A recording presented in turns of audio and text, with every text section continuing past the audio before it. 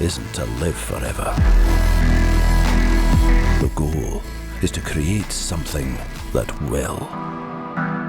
Welcome to Perspective, a podcast for wedding crowds, where we sit down, often with a special guest, and talk about our many years of experience in the wedding industry so you can learn from us and grow your wedding business. Hello, I'm Simon. And I'm Greg. Together, we are Cinemate Films, two Scottish-based wedding filmmakers who love nothing more than drinking coffee, and on today's episode, liquid death and talking to others in the wedding industry.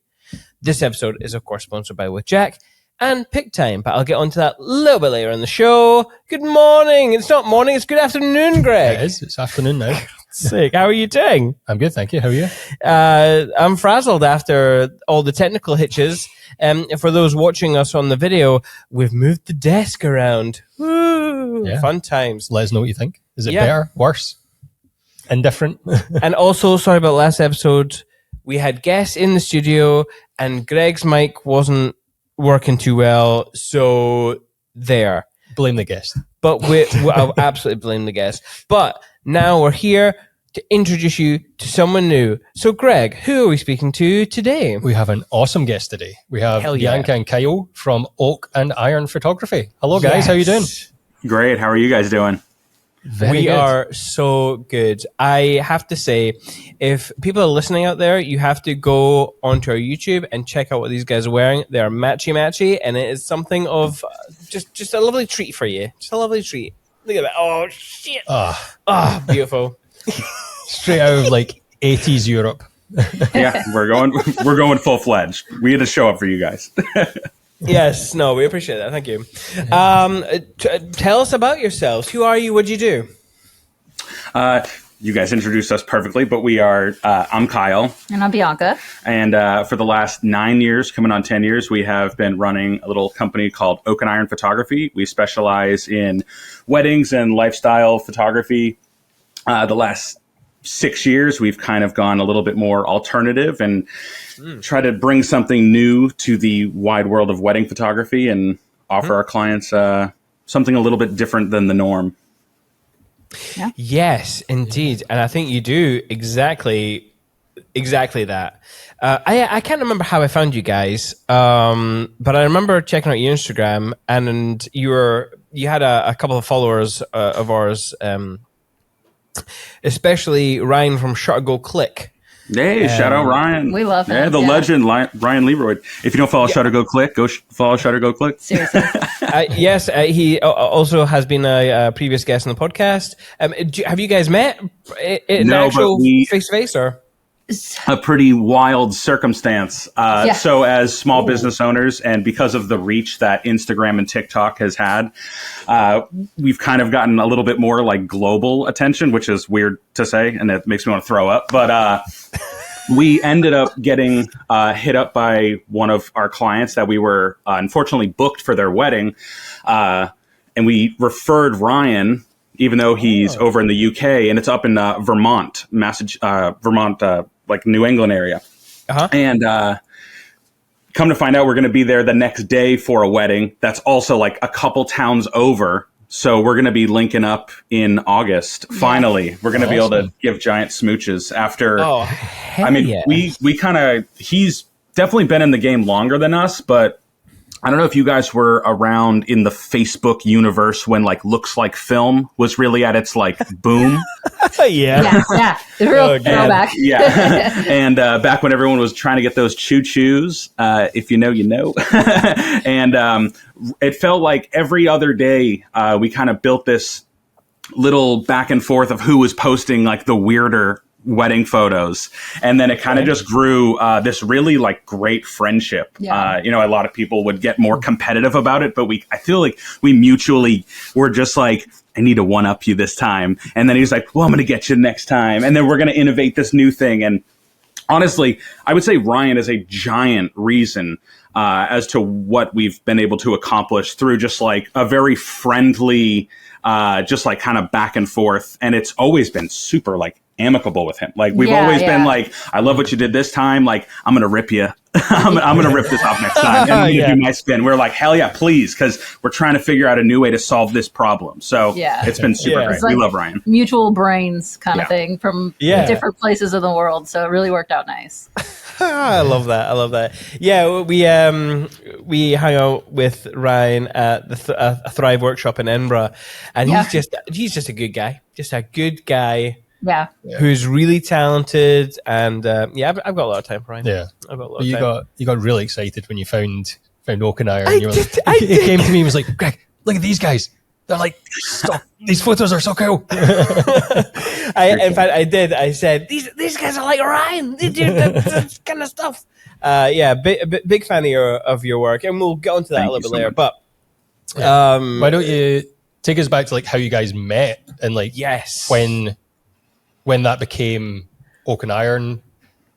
Yeah. So we actually met and kind of started this whole thing 10 years ago. 2015, we were at a mutual friend's little independent music show at this cool little Irish pub in Cocoa Beach, Florida. Shout out Patty Cassidy's, best Guinness in Florida. Sure.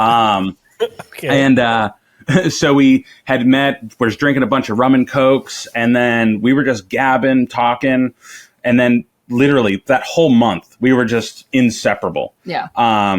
Bianca had just quit her job working at a local photography studio, and I was just working a dead-end job. Next thing you know, one of her neighbors was like, hey, to Bianca, I want you to photograph my daughter's wedding. We've known you forever. And, Bianca's done the whole thing. She did film in college, and she's the photographer through and through. I'm just the mouthpiece.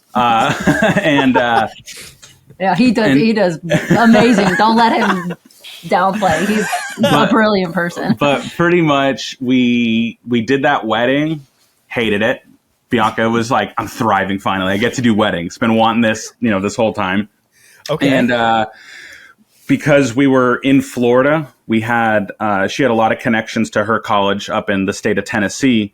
And so literally 3 weddings in to doing this, we were already getting flown like out of state. And we were just like, this is pretty cool, actually. Like, we get to celebrate with people. It's really fun. Mind you, we weren't doing anything that we were doing now. We were just trying to figure it out. But the thing with us is, like, we weren't looking at wedding photography. We were just like, let's just photograph this like how we think a wedding should be documented. Yeah. And we've kind of always had that mindset. Obviously, we look at other photographers' work, but we've still always been very like, let's just focus on what we're doing and try to improve. And those first few years was literally like, ignore everything and let's just figure out how the heck to document this well. And then we'll start looking at other people's stuff, because we didn't want to get influenced outside of like our personal, what we felt like our personal style could be. Yeah.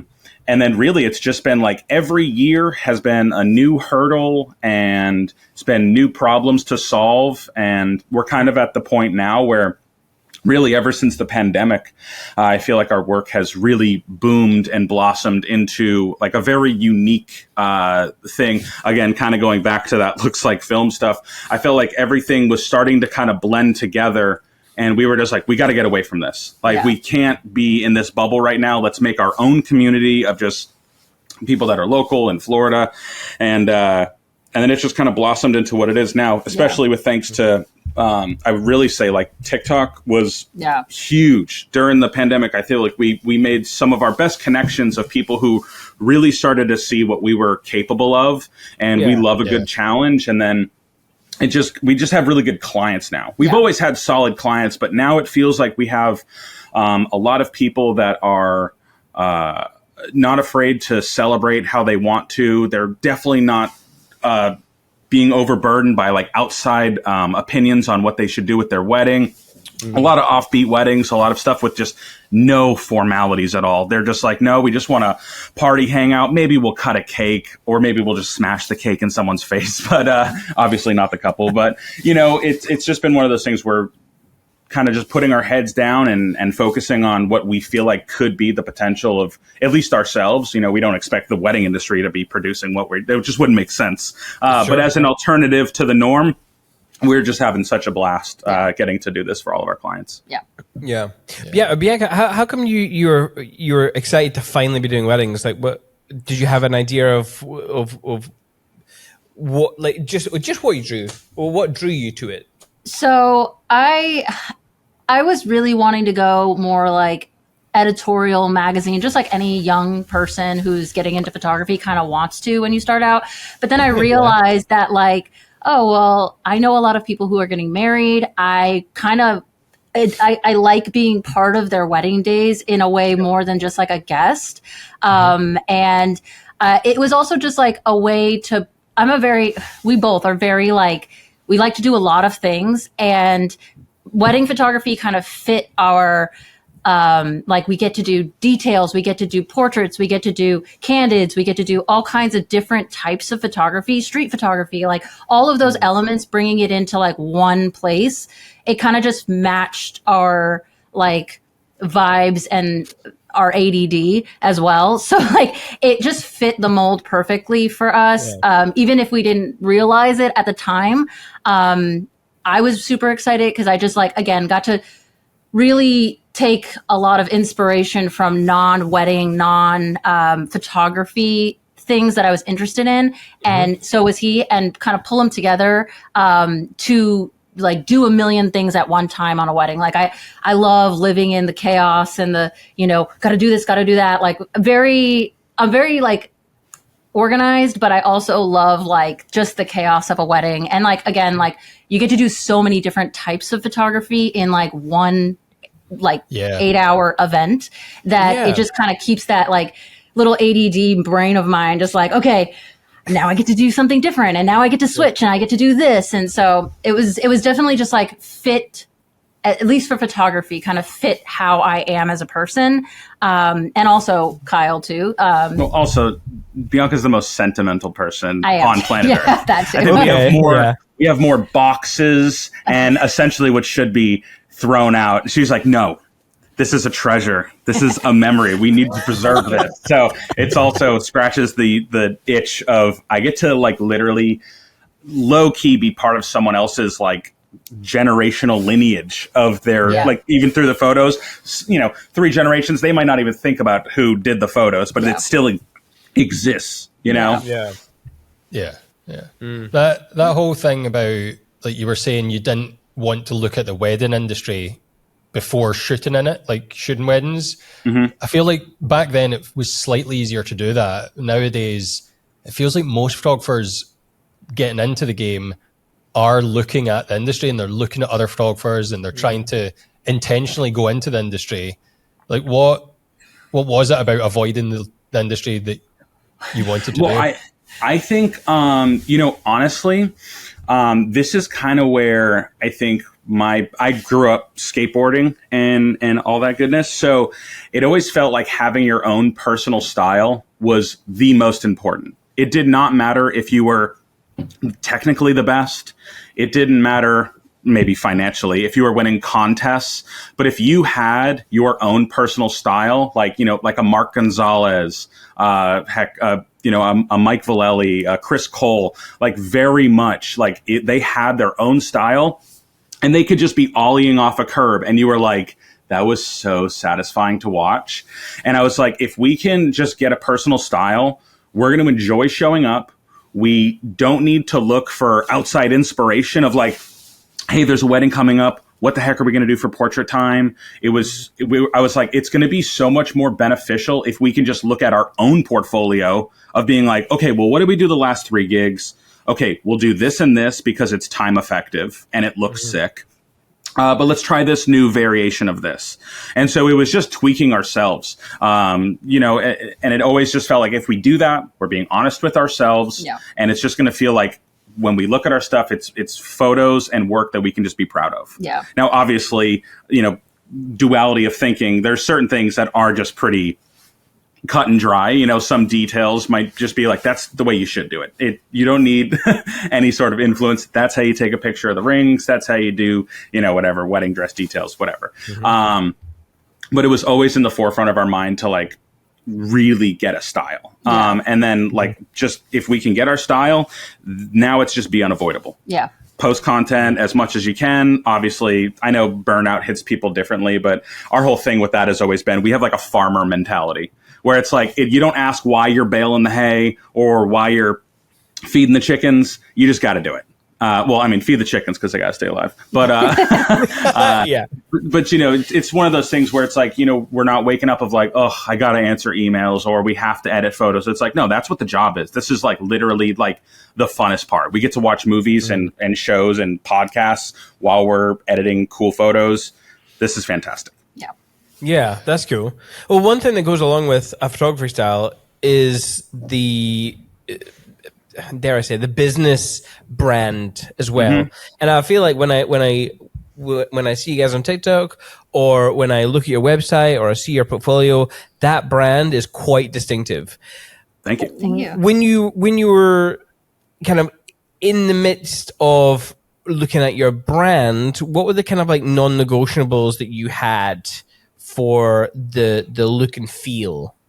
I don't know if it had a whole lot to do with the brand identity, but it definitely had to do with like our mission on at least our online presence was always be positive. Yeah. I feel like it's so easy to, especially for like internet clicks, especially on like more like typing platforms like Threads, for instance. It's so easy to just complain or to like rib a client because of a choice that they made. But I'm like, that just seems like you could have said something positive that might make your job more fun. So if you say like, for us, it's like, oh, I mean, something unrelated to weddings, but like, we love hot dogs, you know? And it's like, now our clients like will joke to us about it. It enhances the whole experience. It gives us stuff to talk about. Yeah. And then there's a more like human connection with it. We're not, you know, we're not super technical as far as like, we're not talking about gear the whole time. Usually we're just talking about places to eat and our pets with our clients. Yeah. And we've always just kind of had this as far as like the brand identity was always like mom and pop pizza shop. The one that's at the corner that like you just went there your whole life. You know the owners. You know what to expect. It's fantastic. You just feel like you're with like an extended family. You can actually joke around without it being like forced, like weird, awkward tension, especially with two photographers. Like having two people with cameras can also be super intimidating. So like we need to make this as chill as possible. Yeah. And I'm sure you guys have it where so many clients, it's not a unique thing to say I'm awkward in front of the camera. Yeah. We all are. Like it's not, it's abnormal.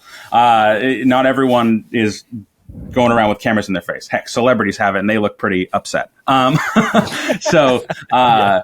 It is really one of those things. Like we just want that low point of entry. Just like we're super approachable, mom and pop pizzeria. Like you know what you're going to get with us.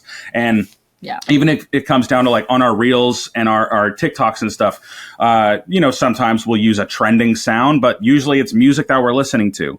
We're wearing our stupid t-shirts that we collect. It's all these things that are, it's really just us. We just don't have a storefront where we can put stuff up on the walls of saying, this is us on a plate.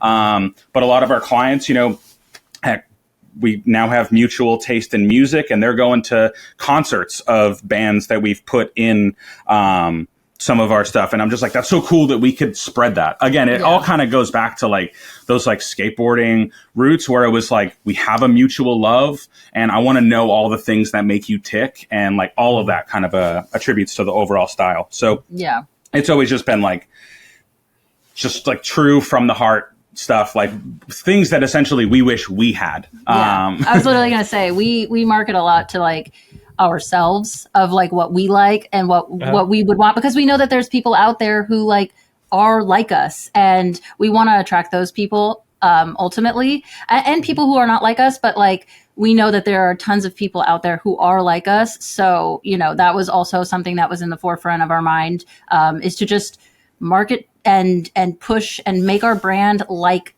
what we like, so that way we can attract people who are similar on their brainwaves. Yeah, especially on wedding days, because if you're around the person all day and you're just like, it just feels like there is a wall and it is awkward, and I'm sure on both sides you're like, I wish we could just say, let's cut the crap and let's just start talking like normal people, like if you were at a pub and just having a pint of Guinness. And you really want the pint of like, Guinness, yeah. if you can't tell. I'm getting that energy from you.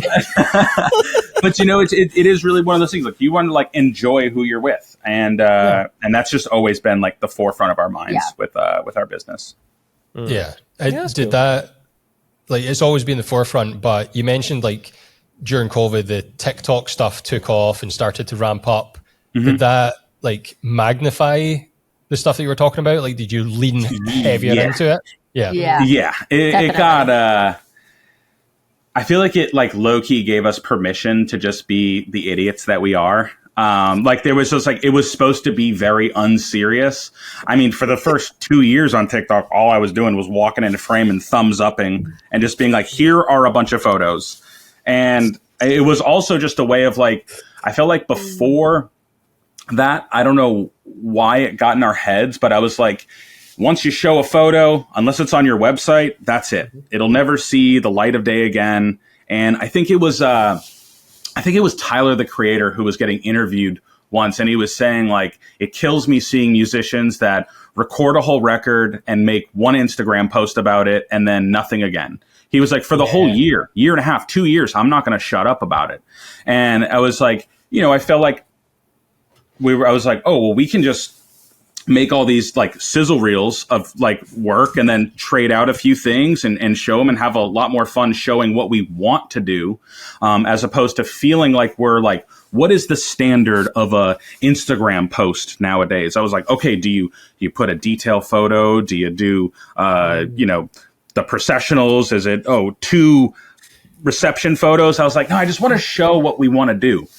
Because if they just like what we are really, really passionate about, obviously, at a certain point, I think like most photographers can do a detail photo. Like you should be able to after year 6 of there's some crazy trends out there, and it makes me question whether or not people can actually do this. This is true. You're totally right on that. But that's why I say should be able to, and that's why, like, again, our online presence is showing what we're really passionate about. But go to our website, oakanironphoto.com, and then you'll see everything, like all the good, juicy candids and the detail stuff.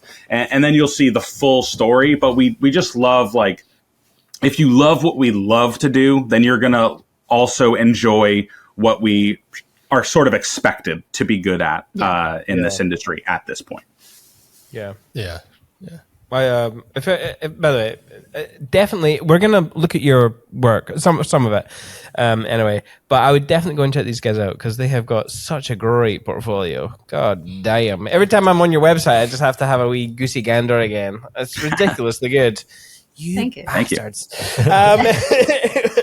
Anyway, you work together. Do you have any like specific roles in your business, or like, for example, Greg is amazing at Excel spreadsheets, and I can't count to 10.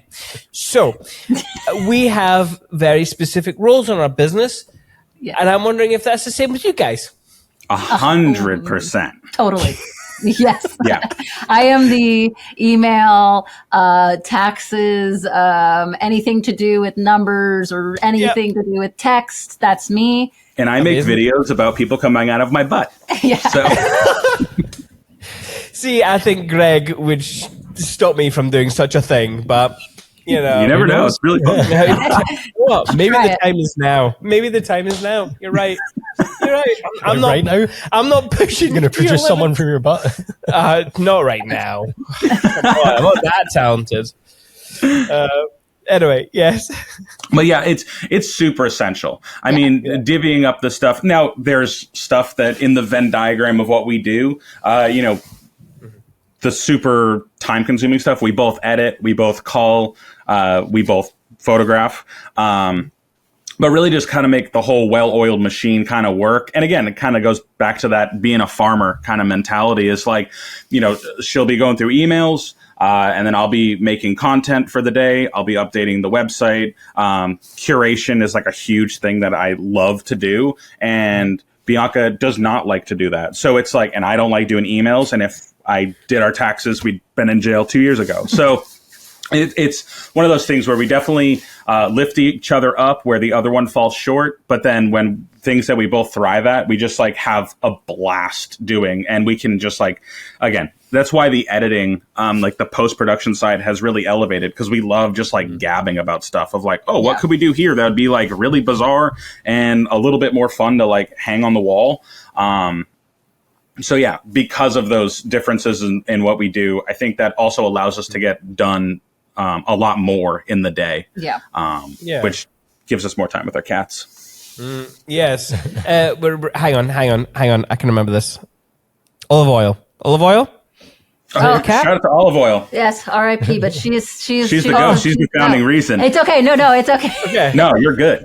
Shout out to Olive. Shout out to Olive. Okay, Yeah, cool. Right there. No, right now it's Spuds and Beef Patricia. Full name. Spuds and beef. Okay, cool. Meat and potatoes. We got a very food theme. meat and potatoes. Yeah. Yes. It's literally we're food themed cat people. Yeah. Nothing wrong with that whatsoever. Yeah, it's brilliant. So what about, so that's like, you talked about the admin post-production side of things, how you divvy up roles. How does it fall on a wedding day? Do you have certain roles there, or is it you're both just lead shooter? Probably the biggest difference on a wedding day, we're together again outside of getting ready time pretty much the whole day, except for what we love is that because there's the two of us, B always takes over like family formal time. Super organized, and again, her background in studio photography, like really just like she can get together a family and just nail it real quick too. Super efficient. And we were like, I think the first, honestly, like 4 years I was with you, I'll be reading the list or whatever. And I'm like, you can read a list. I was like, I feel like I'm wasting my time here. I was like, we could be documenting like the cocktail hour or anyone else doing stuff outside of this. I feel like there's important things that are definitely happening. Heck, the couple spent money on this stuff. You might as well have it documented a little bit. Yep. And so probably the last like 5 years, we started splitting up during that time. Really just, again, we love the crazy portraits and all that stuff, but telling the proper, accurate story of the day is still number one priority. And the more memories we can capture and provide for our clients, the better it is. Yep. No one's going to complain about more like cute, candid moments. And so we were like, well, cocktail hour is stuff that happens, and it looks cool too, especially if it's like, people are all super dressed up and there's like a cool, fun cocktail. I was like, it's fun getting those photos of people partying and stuff, because again, we love the party photos too. Yeah, still our goal to get someone throwing up. We definitely want that. That has been our goal. We've had like white elephant, or what is it? White elephant? That's the thing you always want. White whale. White whale. Whatever. That we have not been able to get yet, but we have tried. We had so many times. We had one client try to facilitate it by having one of their guests eat a durian candy. They were like, he's got a weak stomach, he will throw up. And he did, but he locked the door right before I could get him, because I was chasing him down. I was like, I'm going to get you. It was very mutual, by the way. It was very mutual. I'm intrigued. Do you have a vision for this image? Like, is it going to be direct flash? Because it is always with the mindset of direct flash. Maybe shoot it vertical. That way it gets a little bit of side shadows, but just like a nice chunky sit. Right at you. Direct. Yeah. Like that right low. Next to it, get low, you're like, ah. Amazing. Okay. I figured like a side on. Can't even imagine like the Photoshop craziness that you would do to it as well. Three heads that comes from three different angles. Yeah. Or the TikTok videos that would come from it. My Lord. Talking about lords, you describe yourself as Time Lords on your website, which I found really funny. Is that just a fun thing you like to talk to, like mention about, or is that oh my God, my words today, terrible. Is that something you like to call yourselves, or is that like a metaphor on your images and what you want to say about your images? I.e., you said you're sentimental. Is that like these are like legacy time capsule things? I think it's definitely more that. I think we definitely, before we called ourselves Time Lords, we would just call ourselves idiots. But yeah, it's definitely that in mind. We always tell our clients in meetings that future-proofing their galleries is what we aim for. Yeah. So obviously, again, I feel like we're saying it 1,000 times, but like we love the creative portraits. But a lot of them, especially the ones that we do like in camera, it all stems from a classic photo that we've just kind of put our spin on it. So the client always still kind of gets the OG photo, but then they also get the slightly wackier, trippier version. Again, because we've had a lot of our clients who, on both sides of the aisle, who came to us for the creative wild portraits, but then we're like, I'm so glad you got so many candidates because of X, Y, and Z reason. People pass away, people, just don't see each other for another 10 years. They're like, I'm so glad you got that. Like that ended up being more important than like the wall hanger photos. Yeah. And then the opposite. We've had a lot of people that come to us because I'm like, I really love how you document candidates and your approach. But I'm so glad you got the like wild portraits, because those are the ones we ended up printing and put on the wall. And we saved the more candidates for like photo albums. So that's always just kind of the reason behind it. We're not always making things just for the sake of making it. It's just because we know that when we got married, our photographer, fantastic photographer, shout out Leda. She got so many classic... Full name so I can look her up.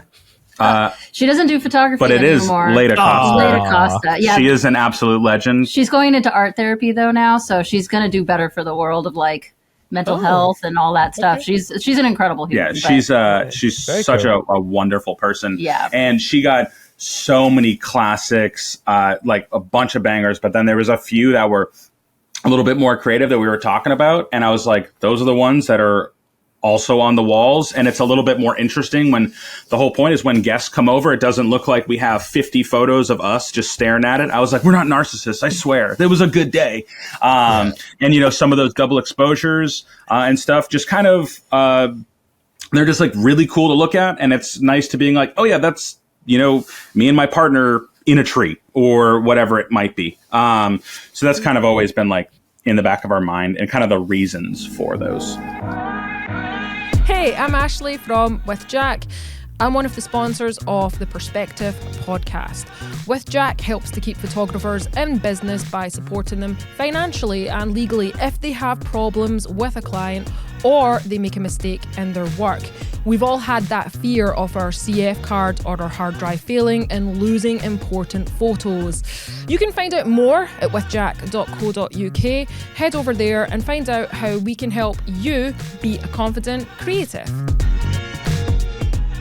That's something that a lot of photographers who are like, they're maybe keyboard warriors out there and going, they can't, all their photos can't be like that. That would get too much for a gallery, blah, blah. So it's quite good for them to know that, no, you still do the safe, it's still an amazing shot, I'm sure, but the safe version, and then you get the creative version as well. Like, it is a never-ending battle with people that do not understand. I was like, listen, you also just saw 8 photos. I hope a photographer would deliver more than 8 photos on a wedding.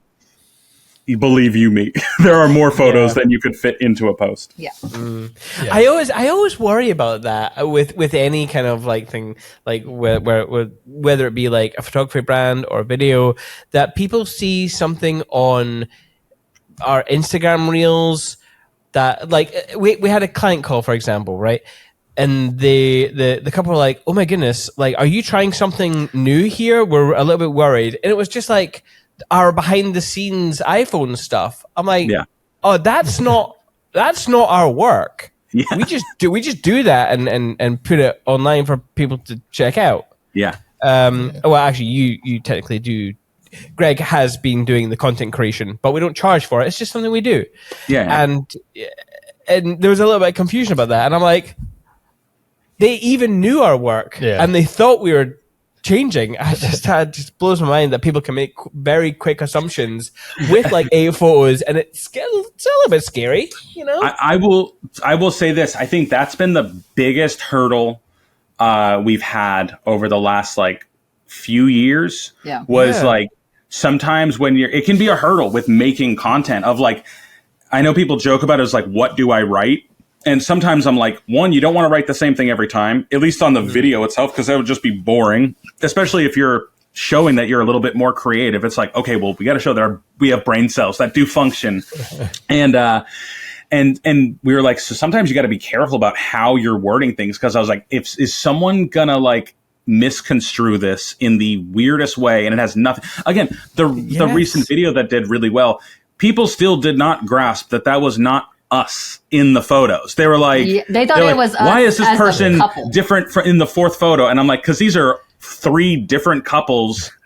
And I was like, because we make the rules of our content, we can share more than one couple for more than one day. And it was like, it felt to the point that we just stopped replying, because I was like, first of all, this is like a 17-year-old that is definitely not getting married anytime soon, and probably doesn't give 2 craps about us. They're just, like, it's in the feed. But yeah, that's like a never ending battle. I feel like you're always we always say it's the 100,000 view threshold. It's like things will be really normal and you're like, cool, people get it. They understand. And then it goes past that little bit and you're like, okay, now here's the education side where you need to inform people. But some people don't want to be informed. We had one person who was like, this is great and all, but I would have loved to seen some candidates. And I was like, oh, we do have that. This page has existed for 10 years. You can go back and look on anything you want. We also have a website full of full galleries. Said it in like a very normal human being way. And the guy was just like, no, I wanted it in this post. And I was like, well, I can't undo the video and put a thing in, so I'm sorry. And he was like, well, I wanted it in this. And I was like, oh, this is a crazy person. I was like, this is not someone that there's reasoning to. It is just an internet person right now. The internet never ceases to amaze us. And I think that's just something you have to totally just like hone in on and be like okay with, because it's just always going to happen. So, well, and you know, honestly, like, sometimes you see people on a bad day and you're just like, we do give people the benefit of the doubt. That person could have just got their heart broken and now they were planning a wedding and now they're seeing wedding content. I would probably comment on every wedding thing of like, this is trash. Like, love is terrible. So we're just like, there's probably some reasons behind that, because someone who's just like having a good time in life probably isn't leaving nasty little comments. Yeah, you just can't let it discourage you. Like, you still gotta. That means you're doing something right, though. I mean, we still say, like, if wedding photography can cause an emotional reaction for someone, even if it is negative. One, we are very aware that we are not the mainstream. That's the entire point. I was like, so someone who is expecting literally, like, down to a T what this should be, they will not like what we do. And that is by design. I don't want them to. You know what I mean? I was like, and I can refer you to 25 other companies. In fact, we love referring people to proper companies that will do them justice. We live in Florida. We get inquiries for Disney all the time. We do not do Disney stuff, but I know 3 photographers that specialize in Disney stuff. They know the parks inside and out. They have their annual passes and they get the inquiries. We send them every single time without even looking. It's just like, they're going to do such a better job for you. Even if you are obsessed with our style, hire us for a session. But for your wedding, if you want this specific thing, we have the perfect person. That's what we love. I love when you go to a restaurant and you're like, hey, do you know any place that serves whatever, good chicken wings? And they're like, we don't, but this place is our favorite place down the street, especially when we're traveling. That's our favorite thing to do. Ask the place we're eating at now where their favorite place is. And they're just like, you just start kind of growing and everyone gets lifted up. And then it's fantastic. But yeah. Cool. Yeah. I want a sidebar just a little bit. I had no idea that a Disney wedding photography was a thing. Did you know this, Greg? What the fuck? Yeah. Okay. And on Disney property, they're pretty specific about who photographs there. Yeah. Okay. I think especially on Disney property, you like have in the parks. Yeah, like you can't unless you're like a few particular companies who have the go ahead. But people have like Disney weddings on like there's this like little area called Disney Springs, which is like free to the public. It's just a bunch of restaurants and shops, and people have their weddings there. And even in those regards, because like there is such like an expectation with Disney and like fantasy stuff, that's just something that we we don't like, but like we just don't necessarily. We don't know how, but like we would rather deliver what we know is like 100% that we can do without any sort of like we want to make sure at the end of the day you get what you want. And if there's somebody who literally all they do is weddings at that place, or you know, the whole like fantasy magical like very themed weddings, we'll send it because we know that that's what they want, and then that's what they're going to get with those people, instead of us just trying to get it and trying to figure it out. I think I could do that. I was like, if that comes across in our mind of like, I think we can pull that off, that's when we're like, let's go into our referral list, because again, hopefully this is the couple's only time getting married, and want it to be really good. Again, even things outside of the photography world of just like being able to talk to your client. If they have a super passion for Disney related things, we don't. I don't know what to talk to you about. Yeah. You know what I mean? Like some people really do put them as the front of their personalities. For sure. And I don't want them to feel weird. We don't want to feel weird. It's going to make the session feel weird or the wedding feel weird. So it's better for everyone overall if we just kind of like stick to our lane. I get that. Last question of the sidebar. Who would you recommend for Disney? Because I want to talk more about this. I don't know why. I'm not a Disney person. I'm not a mega Disney person, but I'm intrigued. So what name would you... Outside of Disney property, I know there are friends, Sophia Huck. Yeah. She does stuff, especially around like the Disney Springs. I think she rebranded as Stills by Sophia. So I'll send you her link and stuff. But she's got the passes. She goes in there all the time and does amazing work. And then there's a couple other like just companies. One of our companies, which is why we're looking for more companies to refer. One of them stopped doing weddings. Yeah. So we're re-upping our list. Yeah. Cool.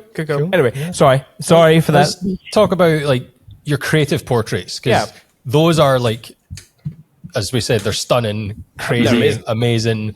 Like, where do you get your inspiration for them?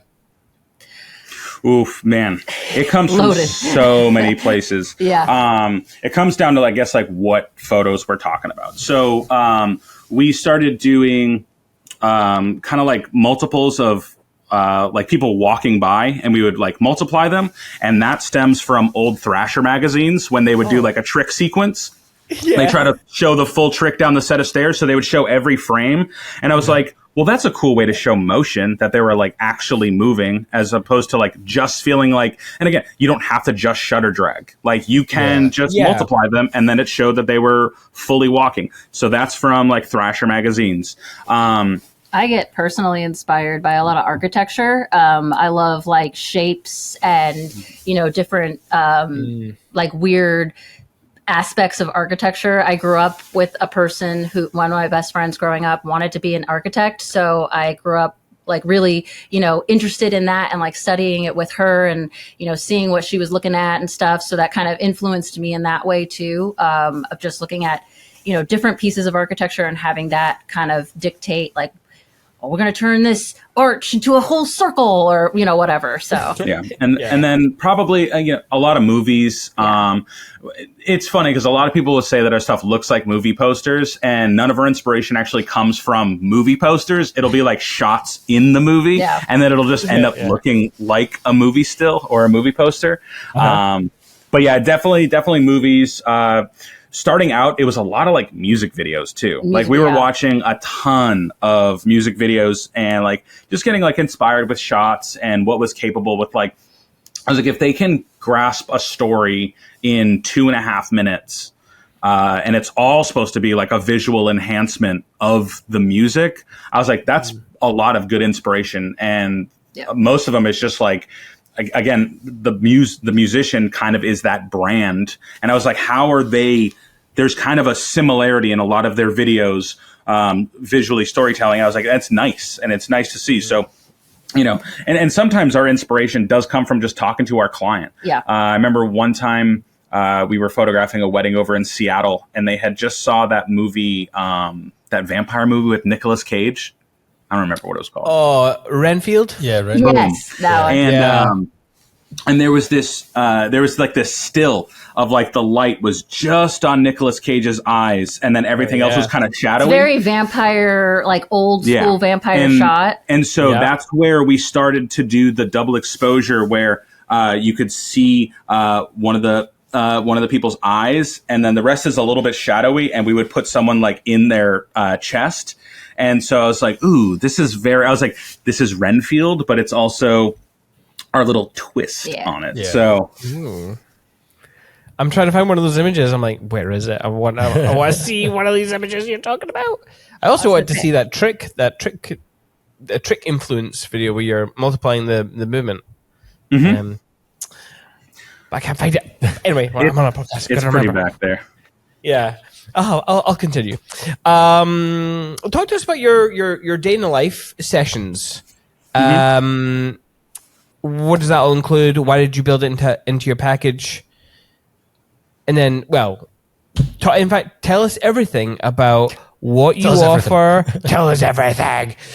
What you offer, your pricing, why you have structured your pricing around the packages, and all the stuffs.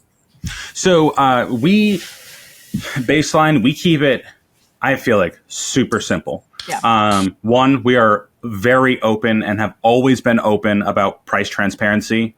We always keep our prices on there without listing everything. It just goes off an hourly outside of our travel packages.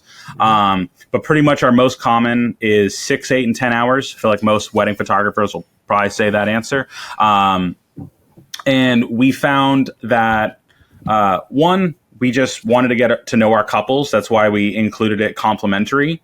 Obviously at the beginning, it was just like it's another thing that would hopefully get a client in the door. It's more photos for free.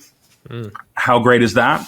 But then it kind of evolved into more of like an education for the client. That way the wedding goes off a little bit smoother. Obviously, we want to provide like the coolest portraits for our clients, but sometimes you only got 10 minutes for portrait time due to any circumstance ever. And so we were like, okay, well, what can we do in 10 minutes? Or how can we do it in 10 minutes? And I was like, well, if we offer this complimentary, so the day in the life session is essentially an engagement session, but some people don't want it to feel engagement-y. They just want more cool photos. So that's why we call it day in the life. So it's started to kind of turn into like practice for the wedding day of like, hey, so this photo, we're probably going to do another version on the wedding day when you're actually in the wedding attire. It's going to be cool to have you in more casual clothes, and that's just going to be nice. But you're going to know exactly how to do this, and there's not going to be this big communication of how to stand, where to stand. It's like, oh, I know exactly what to do. Boom. Well, now that photo took 15 seconds. Yeah. Now it gives us time to do anything else. And we already know like a cornerstone photo is already there. They already know it's going to be a banger.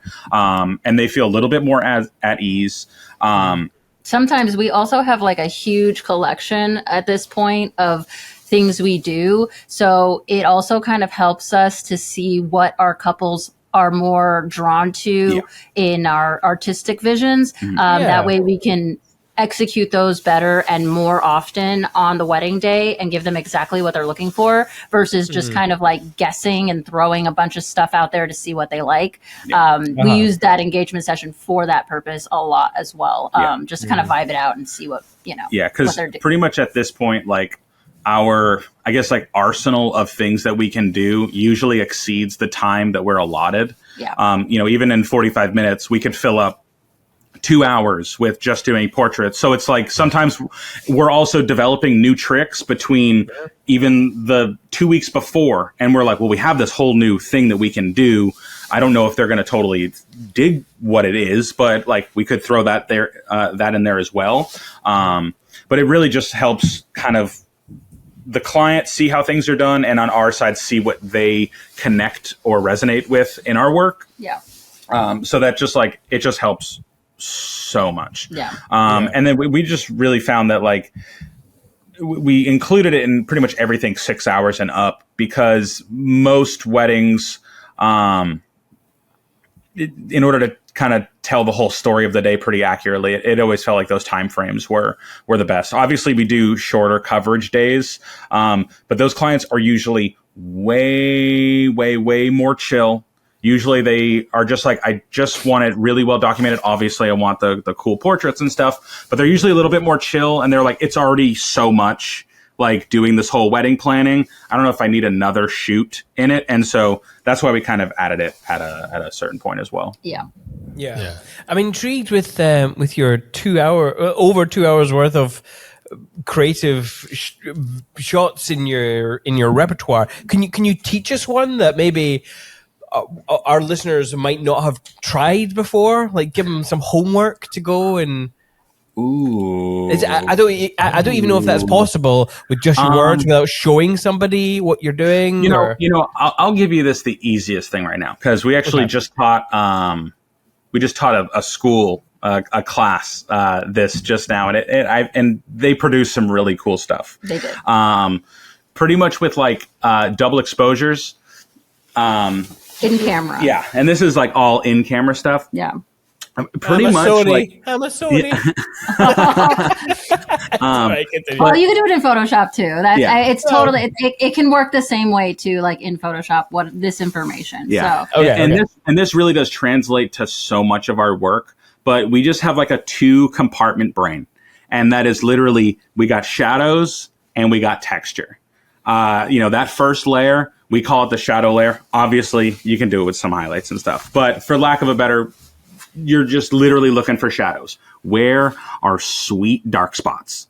And then your next frame is always what is a very satisfying texture. Now, when I say texture, I'm not saying it has to be water or a tree or grass. Sometimes a texture could be a reception hall with a bunch of people dancing. That is the texture that is going to go into the overall image.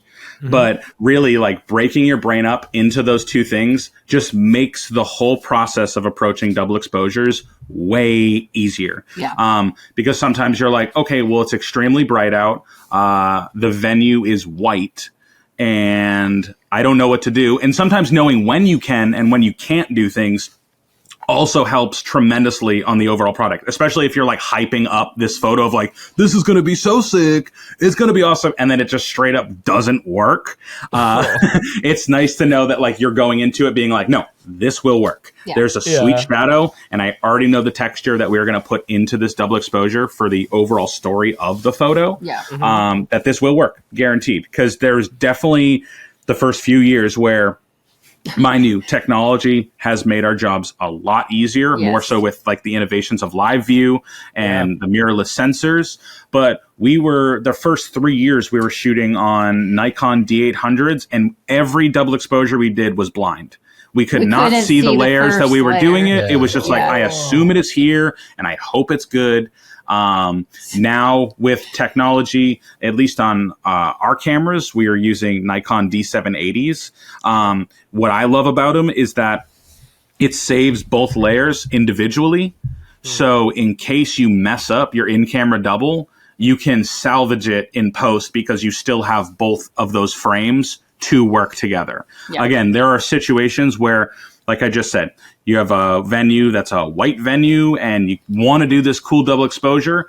We're all about problem solving, and we don't like taking like, no, we can't do this for an answer. So our way to solve that was like, hey, you know what no one really does anymore is like inverts the photo, like actually invert the colors. And I was like, okay, well now all that negative space is black and what we need to be dark is dark. So now this works.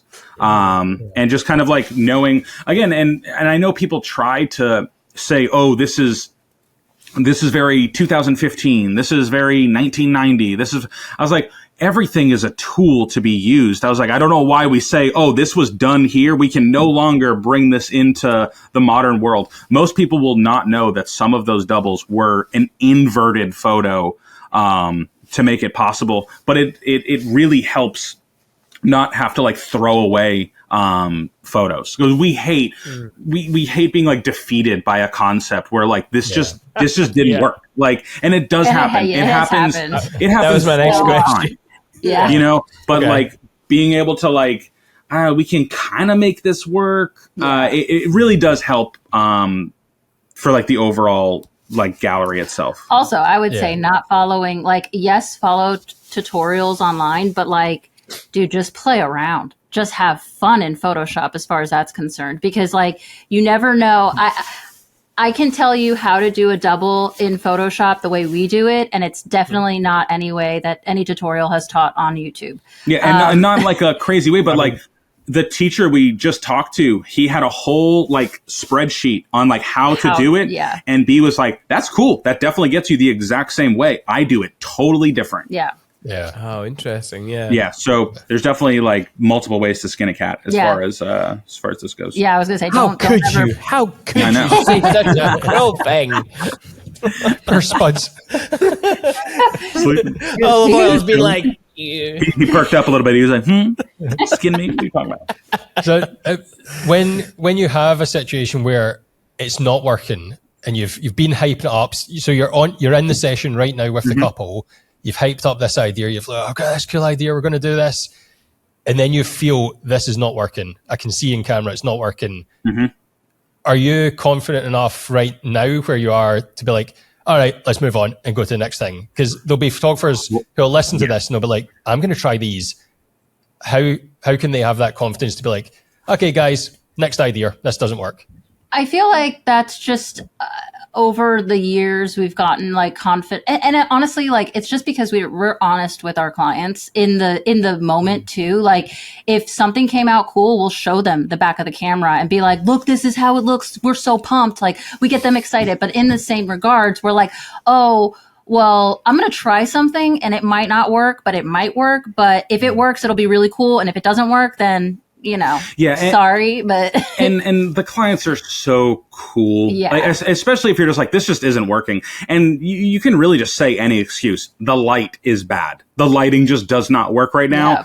They're just gonna be like, yeah, I get it. That's totally fine. Yeah. I think just like being very upfront with the client if something is working or not is totally fine. I feel like just because but sometimes we will just say like, we're going to try something right now. Yeah. It might work. It might not. Most of the things that we are trying take 45 seconds to do anyways.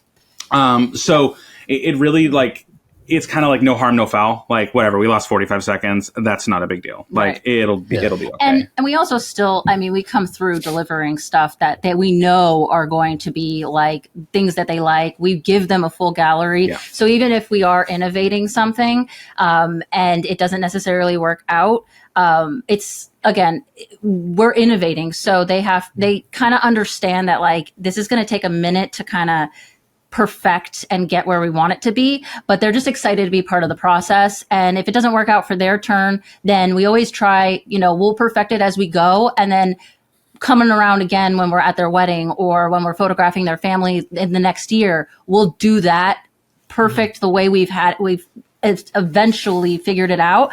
And we'll still give them the product that they wanted initially.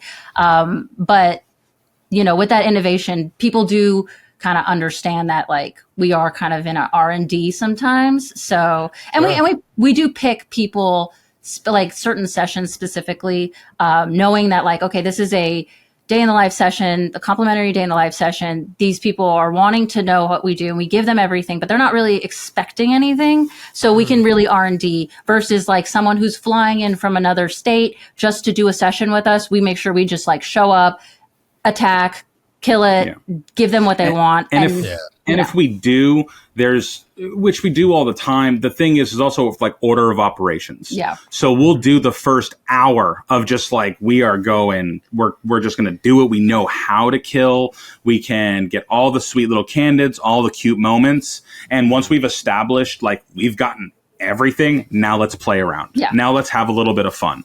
This one is going to a toss up. It might not work. This one will probably definitely work, but we've already pretty much done everything that we need to on the list before we even start messing around with stuff. Yeah. Now, the exceptions are if we're in a certain location just at the beginning, we'll do that. But still towards the end of when we've already kind of established that we got everything we need, and now we're going to do everything that they didn't know that they needed. Yeah. But also we have a tendency we call this term photo submitting people, where we just do so much and that they're literally like, I think I'm good. Yeah. And we're like, are you good? Because I got 3 more ideas. And they're just like, no, that's good. And then sometimes that's when we'll throw in a little extra. Yeah. Normally they're just like, I forgot you even did that. Like, it's not even a big deal. So it definitely also helps when you submit them with your powers. Sounds brutal. Yeah. We're going to interrupt this podcast to bring you an advertisement for PickTime. Our buddies at PickTime, we love PickTime.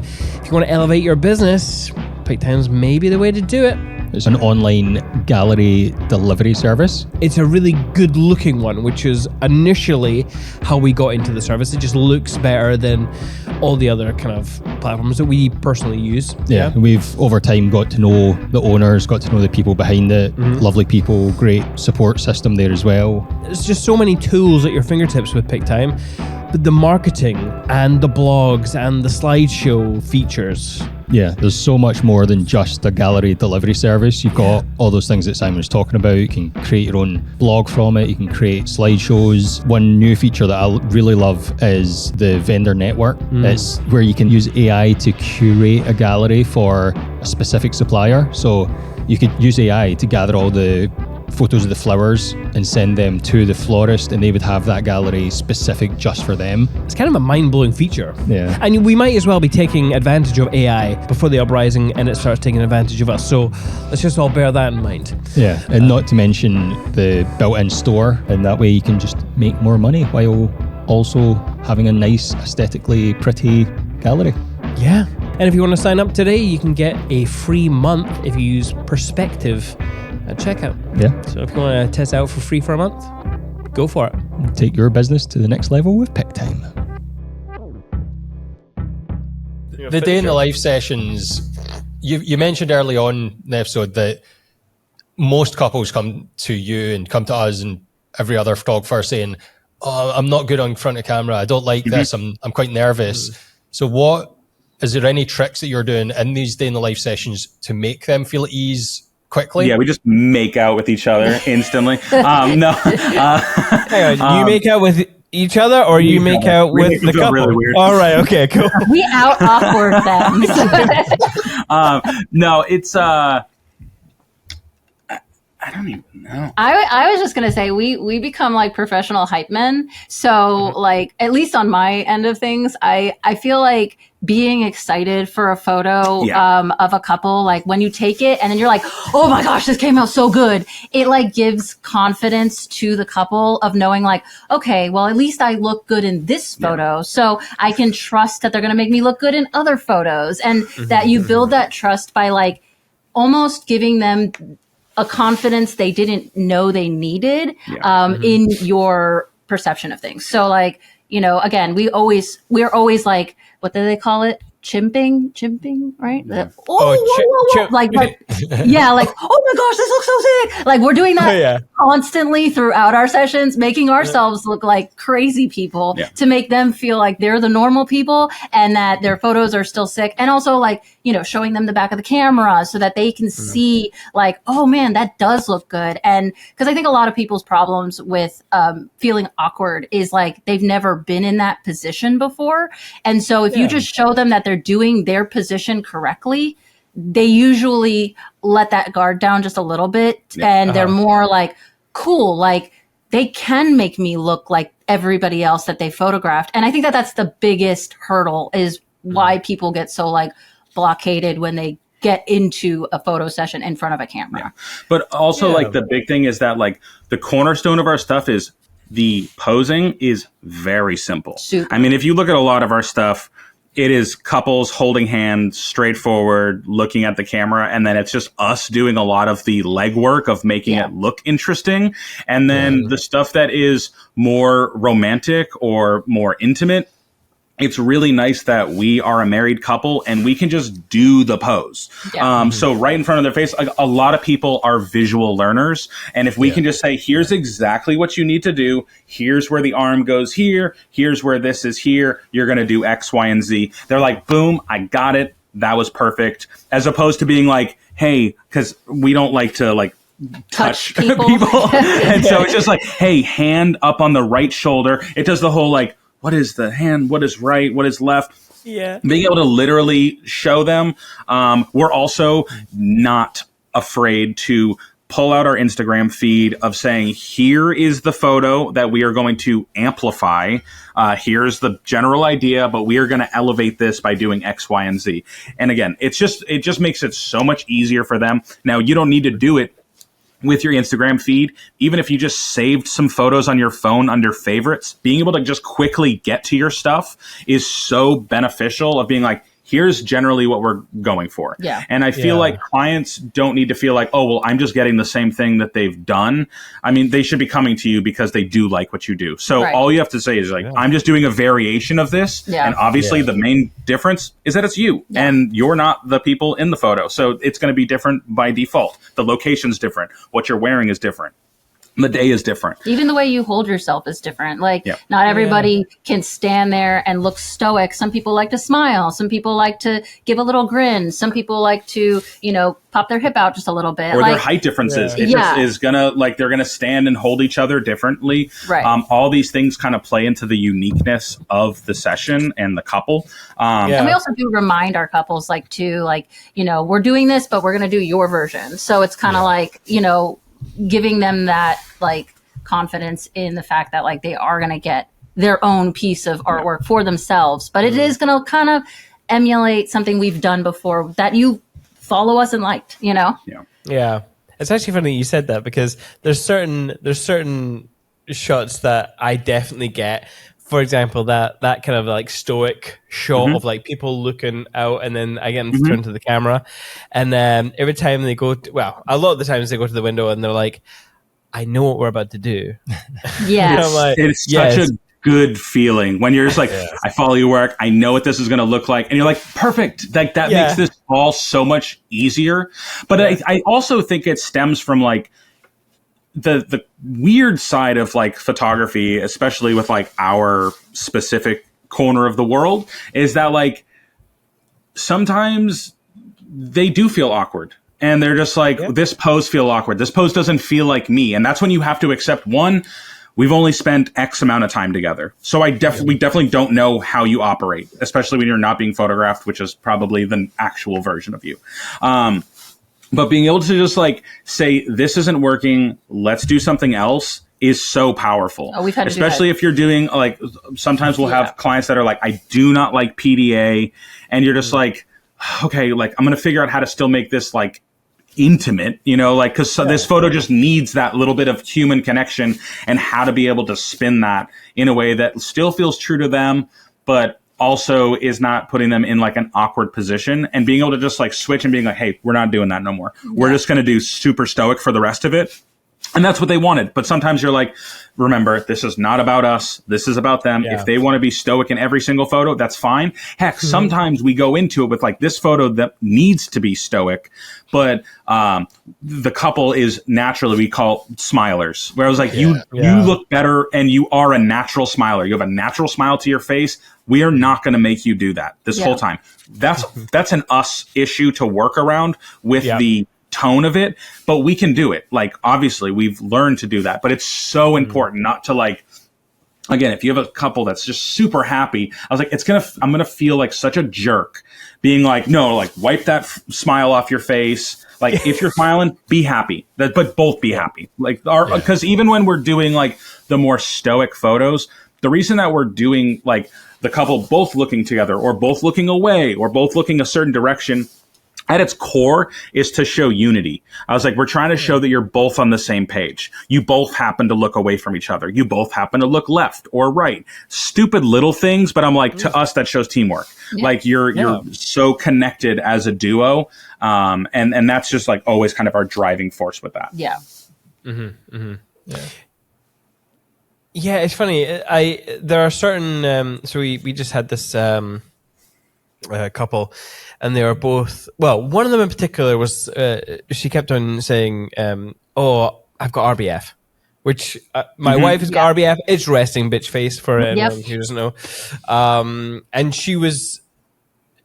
It was interesting because she didn't mind having it. She just knew she had it, and so she just let me know that she had it, and I'm like, all right, cool. I mean, are you okay with it? And she was like, totally fine. Like, cool. Yeah. Right. Yeah. That's great. Whereas my wife would be like, I've got RBF. Don't take that photo. I'm like, okay, cool.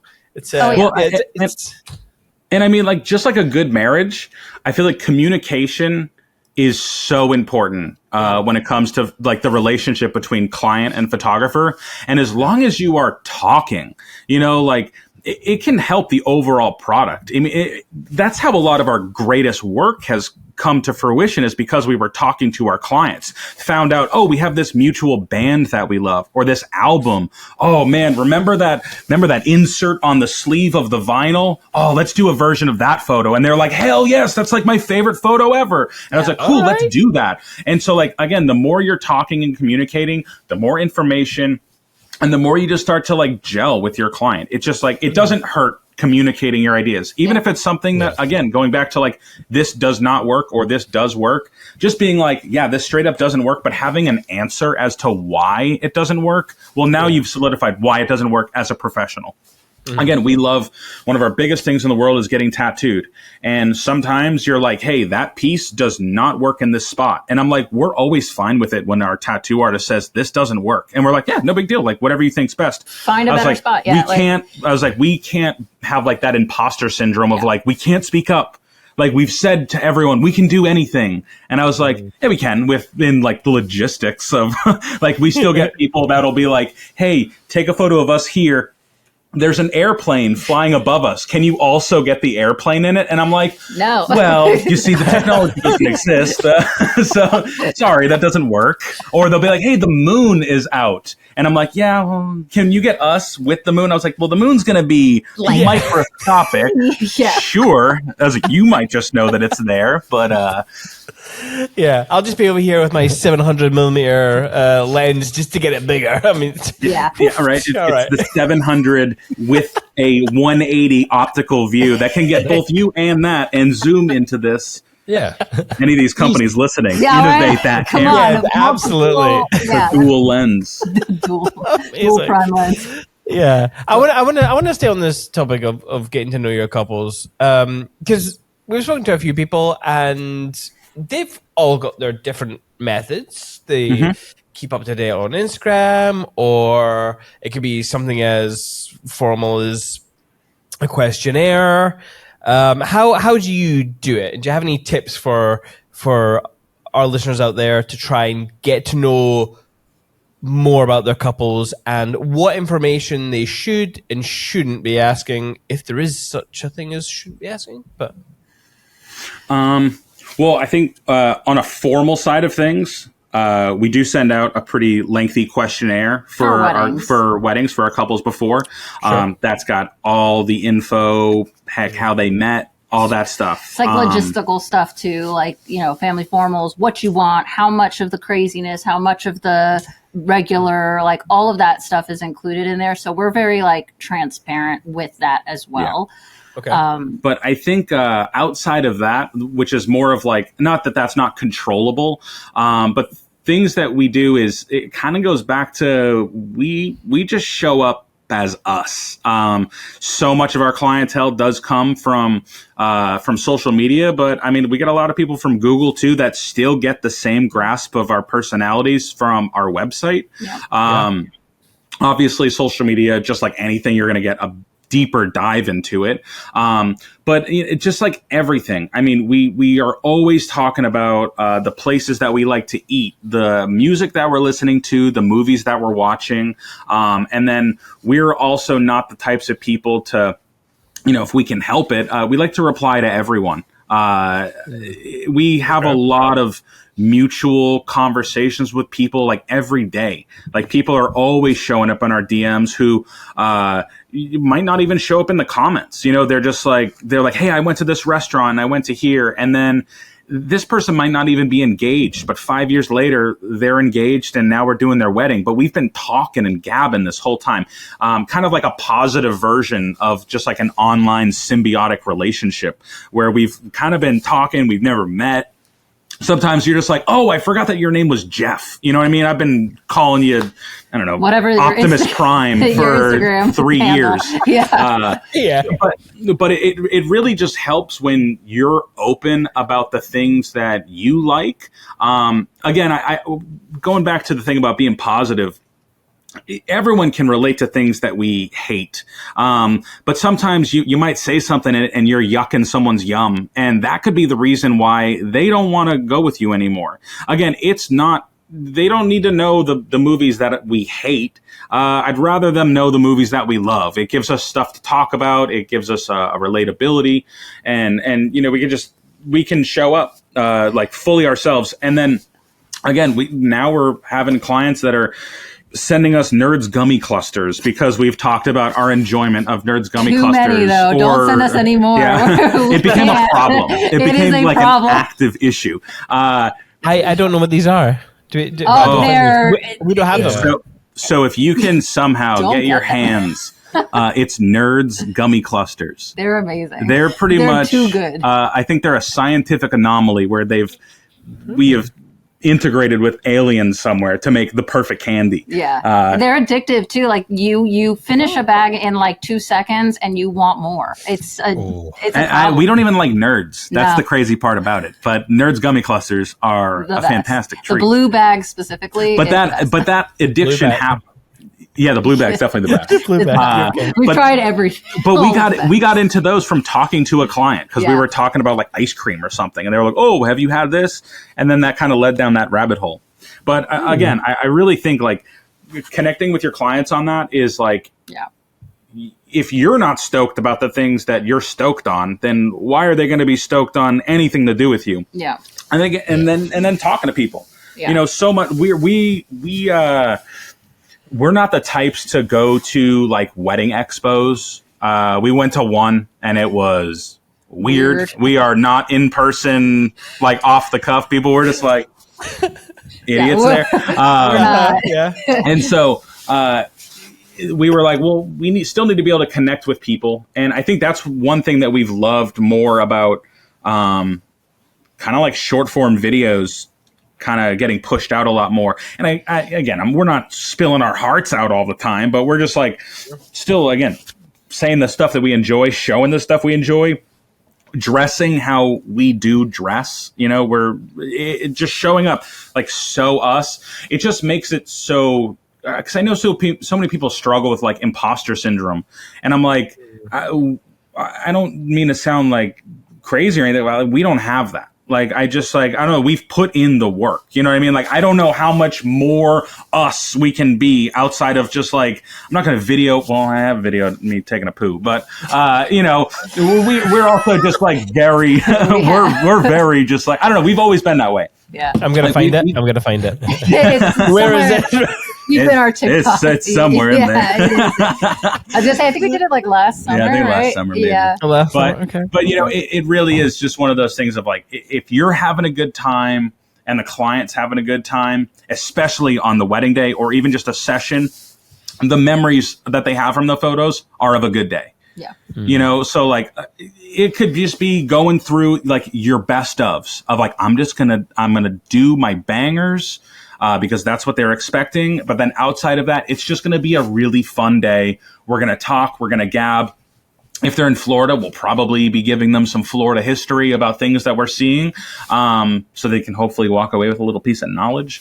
But it's just like we just like all around the experience to be a good time. Like we have good times from the first video meeting with our client. We're already just getting into it, starting to talk about food recommendations, where to eat, where to go, what to see. So there's already just this kind of like natural like friendship that we do gain with a lot of our clients. And I know that everyone says like, I want to be your best friend.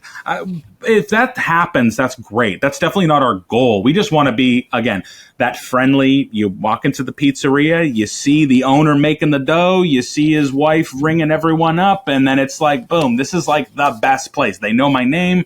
They know the t-shirts I wear. It's just so much nicer to be seen in that way. And at the end of the day, I feel like a lot of people want to be seen. They want to be heard. And that's also been our big thing with like communicating with our audience online. Some things get buried just because Instagram likes to sneak things in that like hidden requested folder. But if we see it, we're trying to reply to everyone, I was like, comments, if you took the time of day to say something positive to us, like, damn right, we're going to take the time out of our day. Like this is our life. Going back to that farmer mentality, replying to you is just what we do. Of course, we're going to say hi. Like, I'm not a jerk. I hate when people start getting a little bit of traction and all of a sudden they stop replying to comments and they stop replying to people. They stop talking. They're like, nah, I'm too good. And I'm like, I get like work-life balance, but this is our life. I was like, we work all the time. That's what this is the whole goal. This is the whole point, right? I was like, and if people are talking to you and you're ignoring them, well, guess what? That person, if they're not your client, they might be like, yeah, but they threw me to the side. Like, so if I'm emailing them, they might not email me back right, like when in a timely manner or whatever. So we just like to still, it comes down to just like mutual respect and communicating with our clients. And it's really comes from, because we like it. I love talking to people. I was going to say, like, relatability is one of the most powerful tools you can have with a person. It gives you a starting point, and then you can go from there.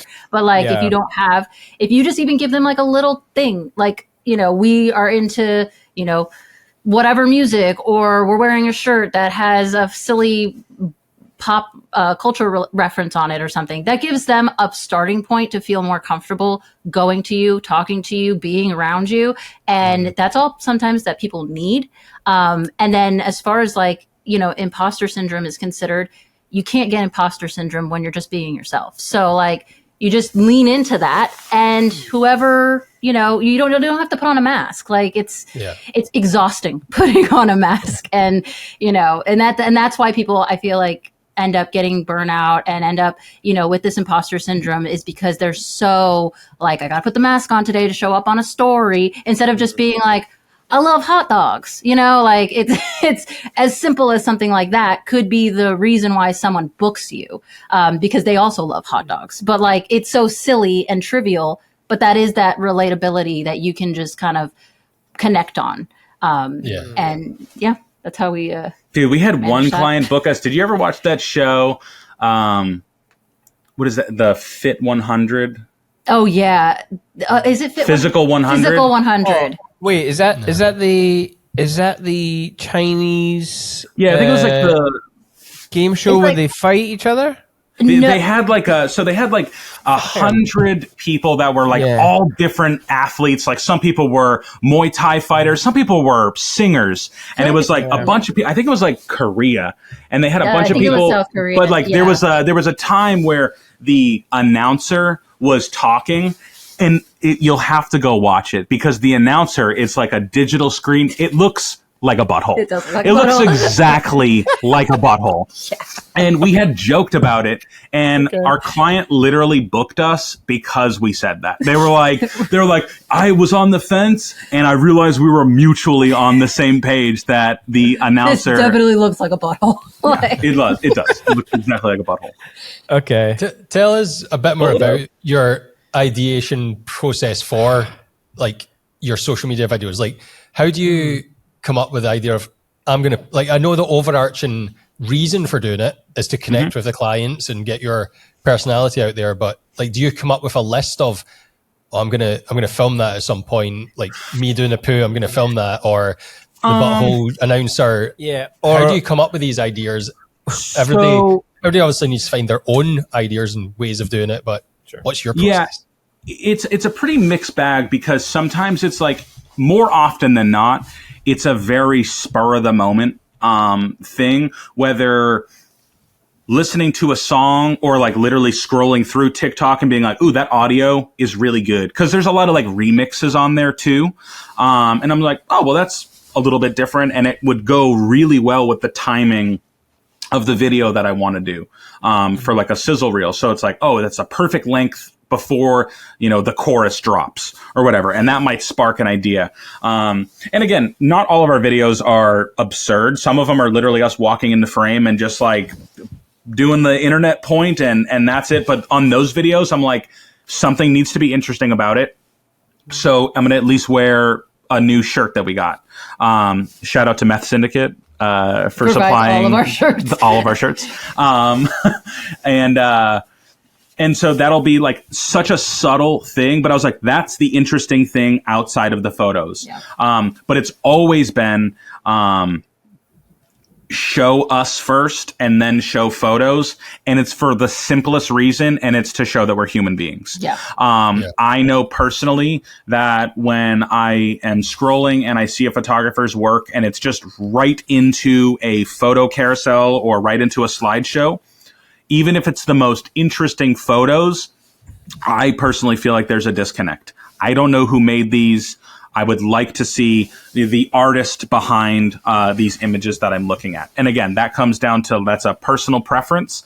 But I was like, I feel like we're not unique in that aspect. And so I like to have us show up first. And now there are some times where we do like behind the scenes. And I will say this, behind the scenes intros on videos of ours do so much worse than if we are just standing there in our kitchen, like 99% of our videos, and doing a thumbs up or doing something silly or jumping into frame. And that's just an us thing. That's just because like, oh, well, it'd just be fun, more so to grasp the attention of whoever's looking at us. And this comes with just like knowing how some of these apps work. And it's like, it's those first 5 seconds really will keep a person there or make them go away. And I was like, well, if we're acting stupid or just showing us, like, even if it's me being like, I think someone's going to make fun of me, I'm going to take the blow of this, but then they're going to see cool photos that they probably don't typically see. Yeah. That's what I want. And sometimes it's nice catching people off guard because your work doesn't always get shown in front of your audience. Sometimes it's just in front of new people. And I'm like, every single time I'm always saying, this is our digital handshake of, hello, this is us. Here is what we do. Yeah. It's the simplest format possible, but it does allow for so much of like, do we want to be silly today? Or do we just want to show the photos because we are super excited of the work that we produced? And that just allows us to just do it and be done with it very quick. Yeah. Now, sometimes we try to up the production. And it is funny because most of those videos always do way less views and responses than the videos that are literally go into frame, thumbs up, go into photos. Because it's just like, it's the most honest way of just like, this is us. If you already don't like this, you probably won't like the rest of it. But the people that are like, oh, well, these look like people who I'd like to get photographed by. Again, there's not a cookie cutter way of what a photographer looks like. But I was like, I just know that if someone was photographing us that was like, oh, well, I feel like you got tattoos. We have something to talk about. It's not of you look cool. It's, oh, you wear this particular company's stuff. You're a fan of this hat company or these running shoes. Oh, I already can talk to you about things. So now we can get the love going, and now let's get some sick photos. Yeah. Again, it's going outside of that. Like, I know that like a lot of photographers do I'm a photographer with a camera in their hand and stuff. And that's great. But like your audience isn't always a photographer. And so you need to be able to like, again, that like relatability kind of thing is show them something else about your personality. Cause you're going to show them the photos and that's going to be your photography. Yeah. Show them something else. Show them a cool shirt you like. Show them a funny dance move you do. Show them your living room, just where you hang out all the time. Here's where I do every video is in the kitchen or it's on the couch because I love my couch. I love the space that I have built as my home. and it's like, oh, cool. Oh, I love the little knickknacks you bought. Yeah. Or what's that painting behind you? It sparks conversations with people. And that's how we start to grow these connections with people. Yeah. I can't tell you how many people will see the painting of the kiss behind us. And they'll be like, oh, I have that too. Or, oh, I was going to buy that today. I'm like, oh, sick. Like, we already have a mutual love of not the photography, but just art in general. So if we like the same artists, with fine artists, then we'll probably get along just on like a human level. Yeah. That's really cool. Yeah. And look at our studio, so bland and uncharacter. No, I love it. No, it's great.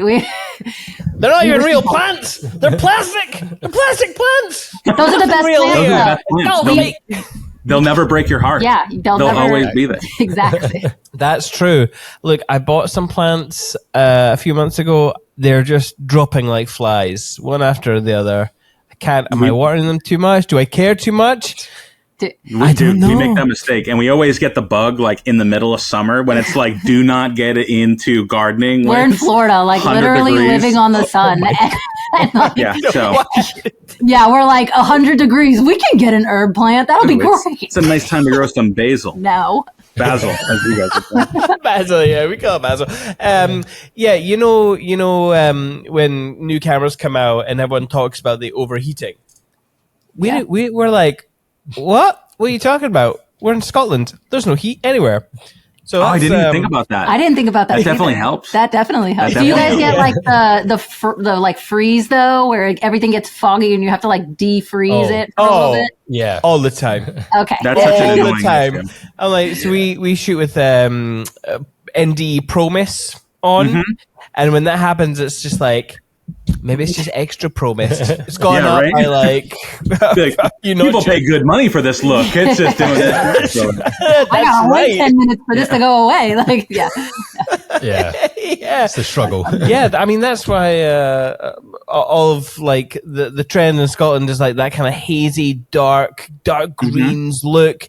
It's just because we're cold and wet all the time. That makes sense, though.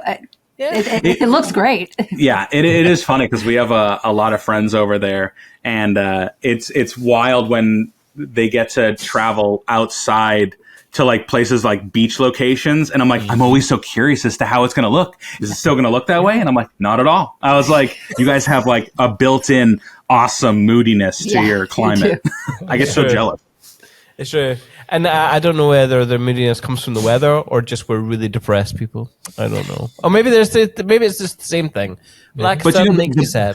The best art comes from sadness, though. It does. That's where our best stuff comes from. Yeah. It's just we are definitely our hardest critics. I think like that's where almost all of our innovation came from. I was like, I hate what we're doing. We need to do this better. This is literally trash. It'll be a photo that literally like booked us 3 clients, and we'll be like, nah, we're done with it now. Yeah.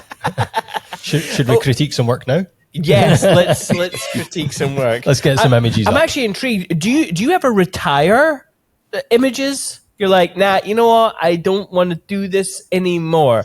This double exposure, no, done. We're done. Never again. Not with I'd say like a technical side.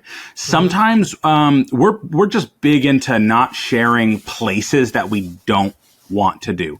So because we live in Florida, we are 20 minutes from the beach. Obviously we can do beach shoots. We do them fairly frequently, but it's not something, if we had our pick, we would not shoot at the beach. It's a little bit more limited because we love structures. We love shapes. We love colors and textures.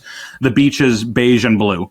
And so I was like, sometimes it's a little bit one-dimensional. So that's where it's more like candid and just like fun, happy times, which is why we usually will recommend it for family stuff. But sometimes for couples, I'm just like, we could do more cool stuff if we go to like your favorite coffee shop and then we're going to walk around downtown. It's just going to look way cooler. And I know you came for the cool stuff. So that's why we just don't show anything that we do at the beach ever. Yeah. But it exists. There's a lot of it. Yeah, we definitely we don't share. I mean, everyone online probably sees 2% of our work, probably less than what we actually do.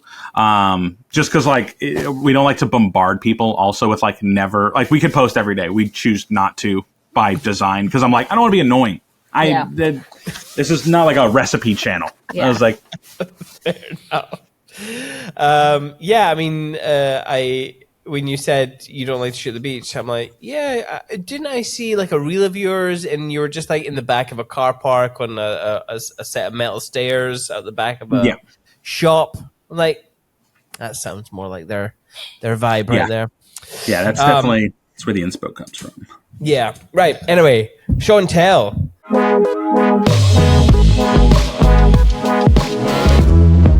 Where I have chosen how many images, Greg?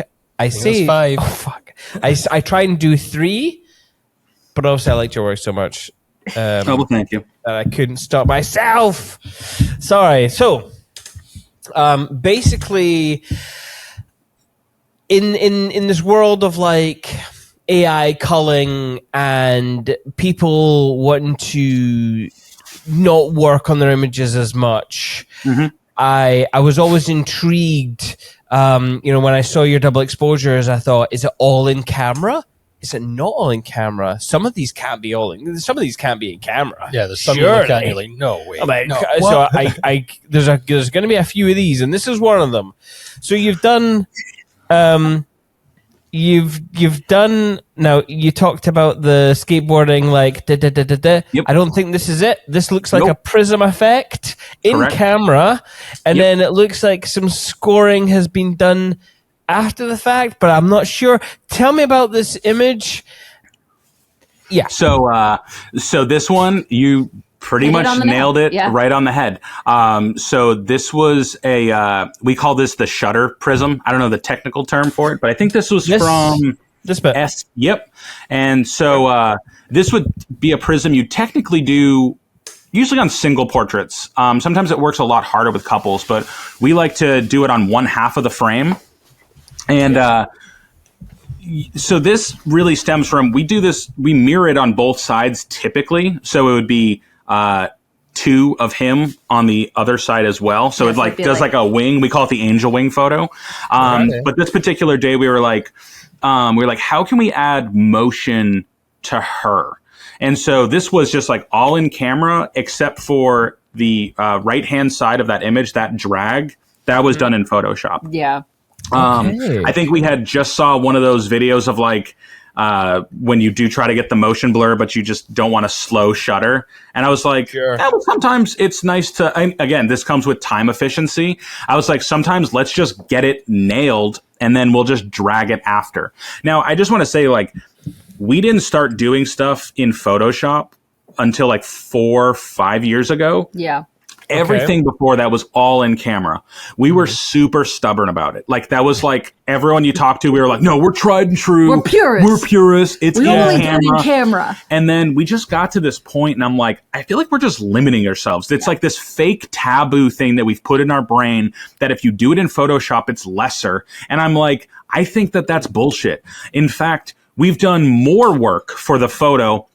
Sometimes we take more photos for one photo than people will do for the tried and true. I was like, okay, so more photography went into this photo. Yeah. How is that a bad thing? Yeah. I don't think that's bad at all. All of our elements are coming from establishing photos that we took. We don't get AI references for anything. It's like everything is just pieces to a puzzle that we're assembling. Sometimes it's by just playing around, and sometimes it's by design of what we had intended on doing. And we found that when you start blending that world of photoshopping some stuff, even as simple as that light drag on the side, that motion drag, plus the prism, well, now you got something that's really interesting, where if that motion was not there, it's just a little bit like one half of the image is cool and the other half is just a little bit standard.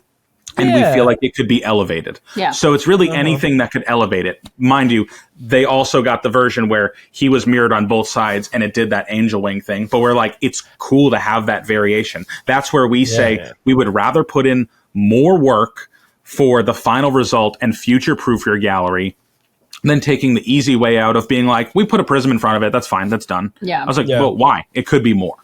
Yeah. Oh, cool, I think sometimes that stubbornness also comes from laziness. People are like, I don't want to have to go into Photoshop. I just do it in camera and do it in Lightroom and it's done. Yep. So the stubbornness is sometimes laziness, I think.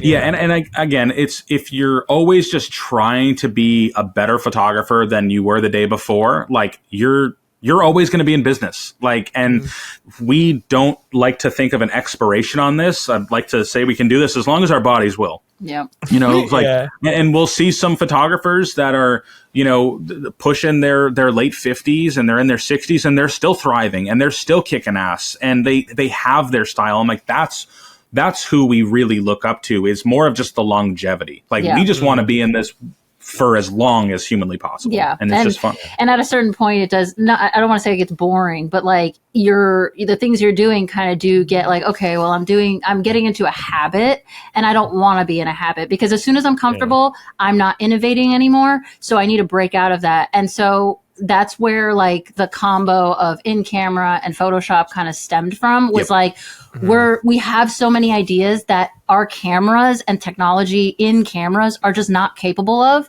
but I still want to do them. And the only way to do that is by comboing in camera and Photoshop. And I'm not going to like let, you know, the world dictate how I produce my art just because they don't like it or because it's not pure or in camera. Sorry, technology isn't where my brain is. You know what I mean? Like, or if it is, it's just a different route of technology. But at the end of the day, we're all using technology anyways. So it's like, you know. What a strange place to draw the line. Like, just keeping it in your camera. Because surely as soon as you put it into Lightroom or whatever coloring software, you're changing the feel through colors. So, so I was like, who cares if we just mirror it on the other side? I was like, it made it more interesting. And you still have that original thing. It's a win-win situation. Guess what? If you don't like it, you just don't need to download the photo. But it will exist. It still exists there. Yeah. God damn. Weird, man. Weird arbitrary line. Anyway, yes. Wrong button. Oh, Greg pushed the wrong button. Okay, well. That's our favorite photo. We call this the minimalist. Yes. It's amazing. Just a black square.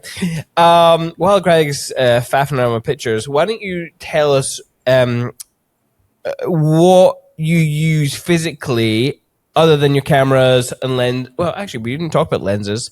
Maybe lenses, if you are talking about lenses, and the other bits and bobs. Like, for example, I like a prism, but it's just a simple prism. That's all I've got. And dirty glasses to Ryan loves his ring of fire. Ryan loves his ring. Love a copper pipe. Jiggy. I think you've got a copper pipe image in there. Like, what are the tools of your creative trade? We just grab our bag. Yeah, grab the bag. Grab our bag.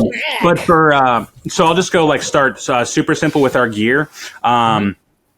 We have just been using Nikon for the last 9 years. We are not brand loyalists. It just happens to be what we've used. And now we just have too many batteries and too many lenses that switching would simply be annoying. There is no further info with that. But we've been kind of collecting lenses every couple years. We'll just add to the arsenal, but it really, dude, we are so simple. I don't think the 35 millimeter leaves Bianca's camera more than once a year. But again, there's two of us, so we can always kind of get multiple angles. We love using the foot zoom. We are not afraid to run up on a person or just step back. And then I was also on that 35 for like 5 years. Yeah. We were both 35 all day, every day. Every once in a while I'd throw on the 85. Sure. Didn't like how the 85 was like really limited. Again, especially over the last like 4 years, we've been photographing a lot more intimate weddings, a lot of tighter spaces, be at like boutique hotels. They're small. They're small, cramped spaces. I was like, literally, unless we're shooting at like a Catholic church, I don't need this lens. So it's to the point that if we are in a super big church, I would rather rent a lens for the day than spend $2,500 on a lens I'm going to use once a year. It just didn't make sense. I haven't needed to use anything longer than a 70 in the last 3 years. But I switched to using the the Sigma 24 to 70, just because I like the versatility of it. We also have probably in the last few years like really embraced. Now we're not like the biggest on off camera flash people. We're not doing that elevated version that you see a lot of people that specialize in, but we will throw the flash on in times where I'm stuck at 2.8. I need a little bit extra light. I don't care, dude. I'll throw a flash on. Luckily, the direct flash look is a modern trend that I love. And I'm like, hey, guess what? It's great for idiots like me who just like, we get something that it does look sick. Again, it still looks very punk rock, which is not off brand from us. But it's always been very simple with us. Yeah. Granted, we have our backup cameras, but besides a backup body, it is 2 780s, a 35, and a 24 to 70. Sometimes we'll throw fisheye in there now. Oh, yeah. We've been getting really... Fisheye. Dude, we bought this... Yeah, we got really a really... your skating dude, we got this... I'll go look at it. I'll go get it. Okay. But we got this really... Listen, this is a real-life married situation. I don't know where anything is. I lose everything. Okay. She has a very big grasp on where things are. But, dude, we got this super dumb third-party fisheye. It's like Amazon. It was what, $200? This was like $200. It's just I think it's a 12 millimeter. It's a Aster Hori. Aster Hori. Yeah. I don't know is how you say it, I guess. But it's literally, this thing's full metal. I mean, this thing is tough stuff. I can't even get it's so, this like the lens cap. I always have a hard time getting it off. But this thing has come in handy so much. This kind of goes back to always having an answer for something. We always love to just have a solution. And we were in Las Vegas shooting a wedding, and they had gotten a party bus, and we were on the party bus for 2 hours. And if we didn't have that fisheye, it would have been so bad because it was so tight. We were right in front of people, practically in the guest laps. Yeah, and it was it gave you so much more room. And we were just screw it, dude. Let's go straight early 2000s fisheye with this. It just looks so sick, and the photos look sick. They're awesome. But as far as all the extra little doodads, first of all, we do love a classic prism. I still feel like the classic, science room prism is probably your most versatile tool. Mm-hmm. I would actually say don't start messing around with stuff until you can grasp the classic just glass prism. Mm-hmm. That is going to be the best one forever. But then you can upgrade though. Prism Lens Effects and SZ Filters are two companies that we've been getting our stuff from. You bastards should damn sponsor us. Please sponsor us. Talking about you for freaking ever. So some of our staple ones is so this one is very similar to a classic prism. It kind of has that general shape right there. Yeah. But having this handle, especially if you're in hot climates where you get all sweaty and gross, that's why we got these. Yeah. Having this handle, they just got sweaty. And so having something that you can actually hold in front of people, we love this prism for definitely more romantic-y photos of just elevating them a little bit. Yeah. Just because you throw this over, it takes an ordinary photo, makes it extraordinary. Yeah. And then we also have these two, which kind of add multiples. This one will do more of a kaleidoscope effect. This one will kind of blockade. You can kind of see it on my thing. It'll kind of blockade it out. So we use that also for a lot of things that maybe we want to add attention or focus to, but kind of blur out the surrounding areas. So this one, the practical application that we use for this is when we're shooting the wedding ceremony. Obviously, you're getting everyone if you're shooting right down the aisle, but sometimes we would just want to have total utmost focus on the couple getting married. And so we'll put this and it'll block both sides of the aisle and it'll just kind of make it a little bit more abstract. And then all your focus is right on the couple right there. And it looks just a little bit glitchy, but it makes things a little bit more dynamic. Yeah. This is the one that we used for that last photo that you shared. It's you can kind of see. Yeah. So typically you would shoot pretty dead on, especially for a single portrait. That's when it really thrives.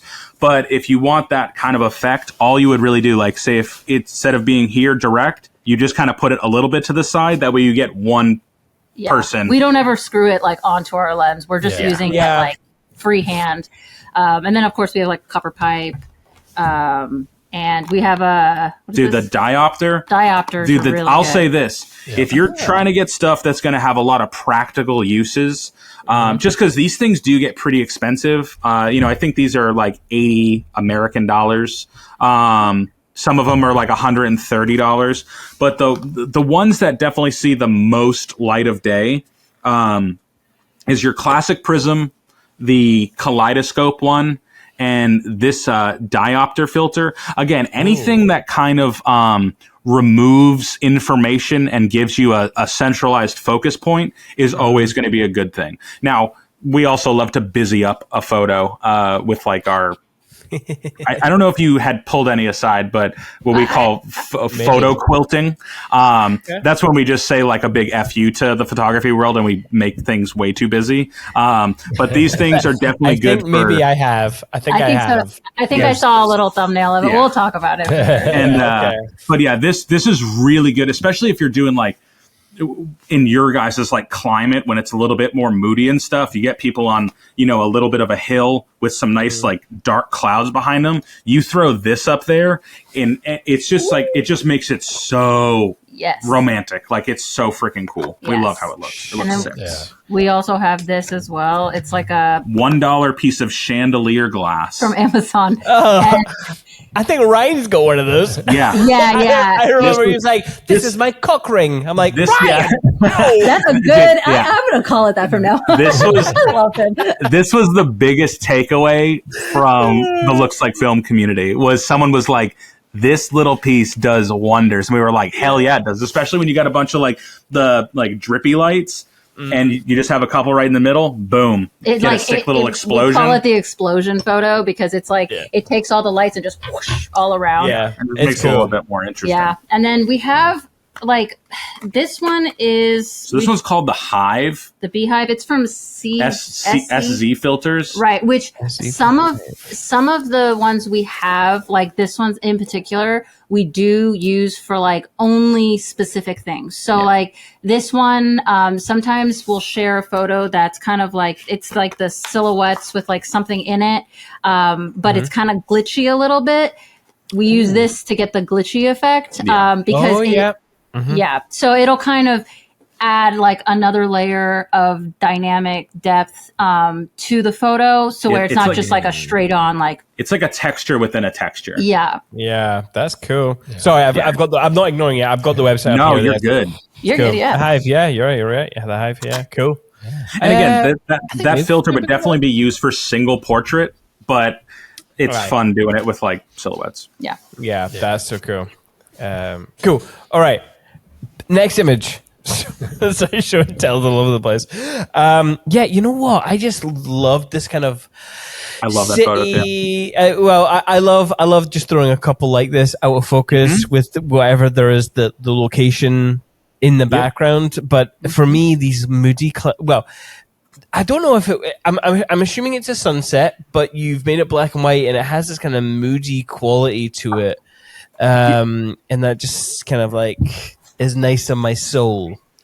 So that is one of those things where like no creativity in the world can beat just like a really good storytelling photo, and that's definitely what that was.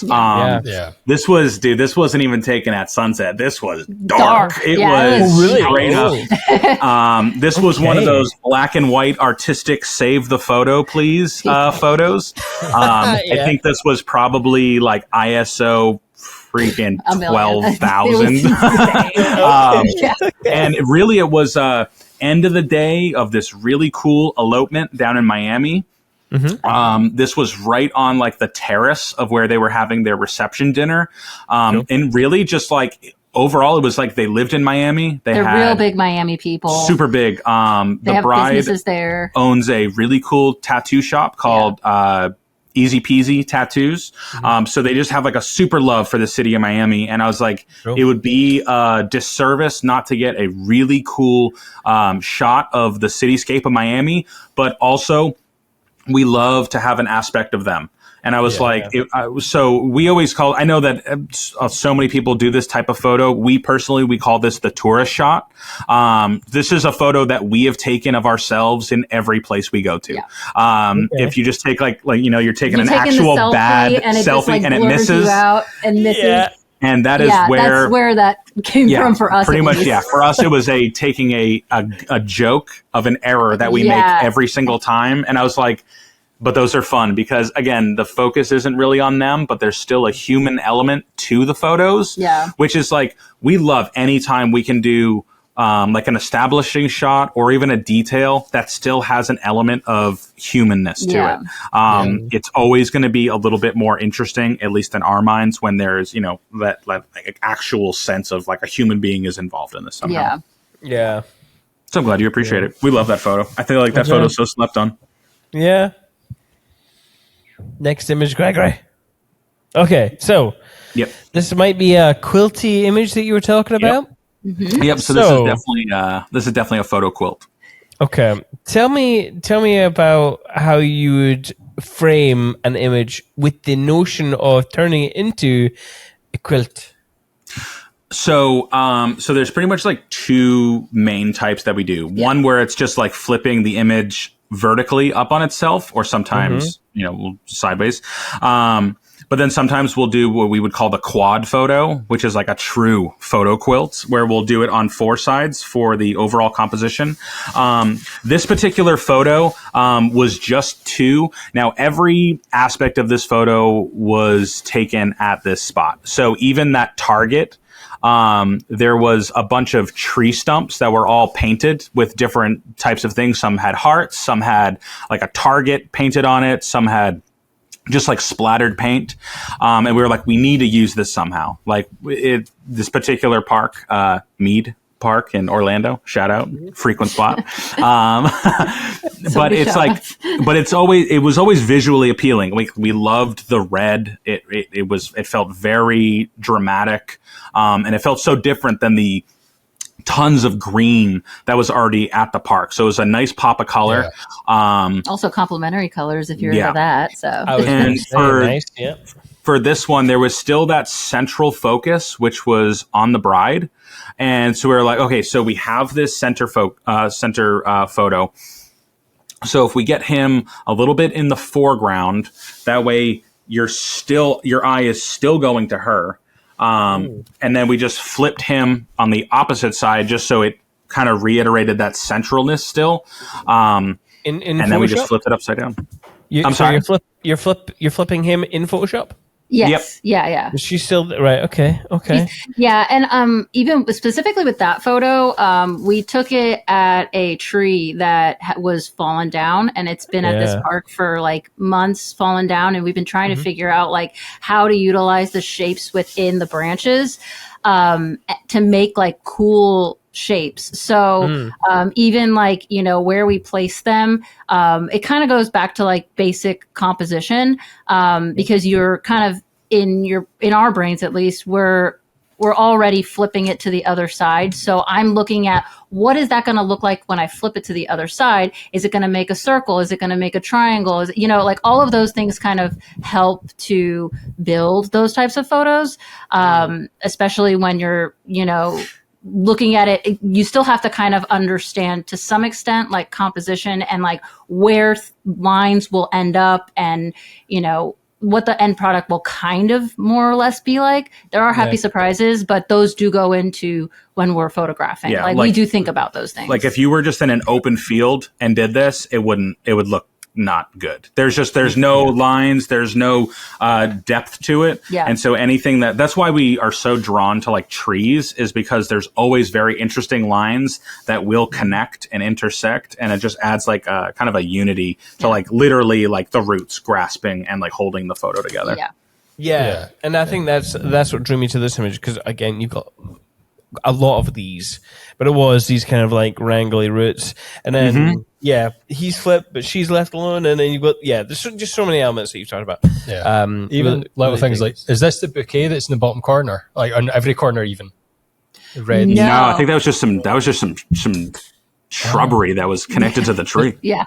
But it looks like a bouquet, but so you obviously had to use the target because the red. Yeah. But it was just it was just really one of those. Again, like we do have those happy mistakes where things end up looking way cooler than we could have even planned for. That was definitely one of those.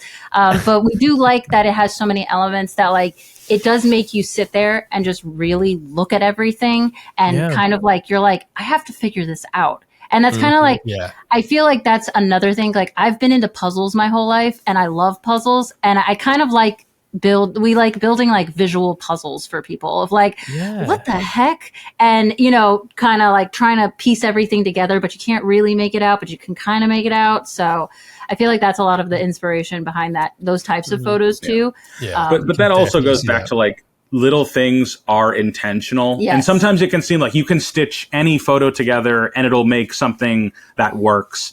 And that is definitely not the case. Like a lot of the time it is very like, no. Like you had to shoot it at this particular angle to get this branch to connect. Because if you shot it what would be a proper way, it just would not work. Like you'd lose all your depth. You would have no connection points and it would be a throwout. Yeah, I was going to say sometimes we intentionally don't center people in our photos because we know we're going to be flipping them or doing whatever. So I'm going to have it weighted to one side more. Even in camera, it's not going to look good, but like what I'm going to do later is going to look fine. And I need that extra space on one side in order to make that happen. Yeah, lovely. How long does it take to do? It just depends, honestly. We'll be in Photoshop for it'll be like a 10-minute thing real quick, cause we already have an idea of what we're going to do. Other times it'll be something that we're like, okay, we're going to play with these elements and kind of see what we can make.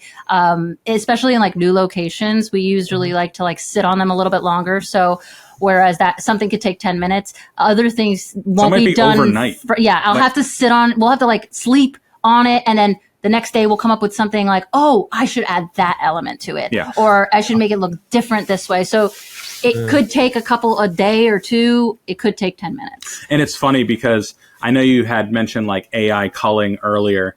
And one thing that it just doesn't work with us is that a lot of the photos that we use would be tossed. Yeah. And I was like, you didn't know the function of that photo was not for technical application. It was because of this one aspect that it totally would have chucked the photo. Like in any capacity of whatever you check that box, that was on paper, a throwaway photo.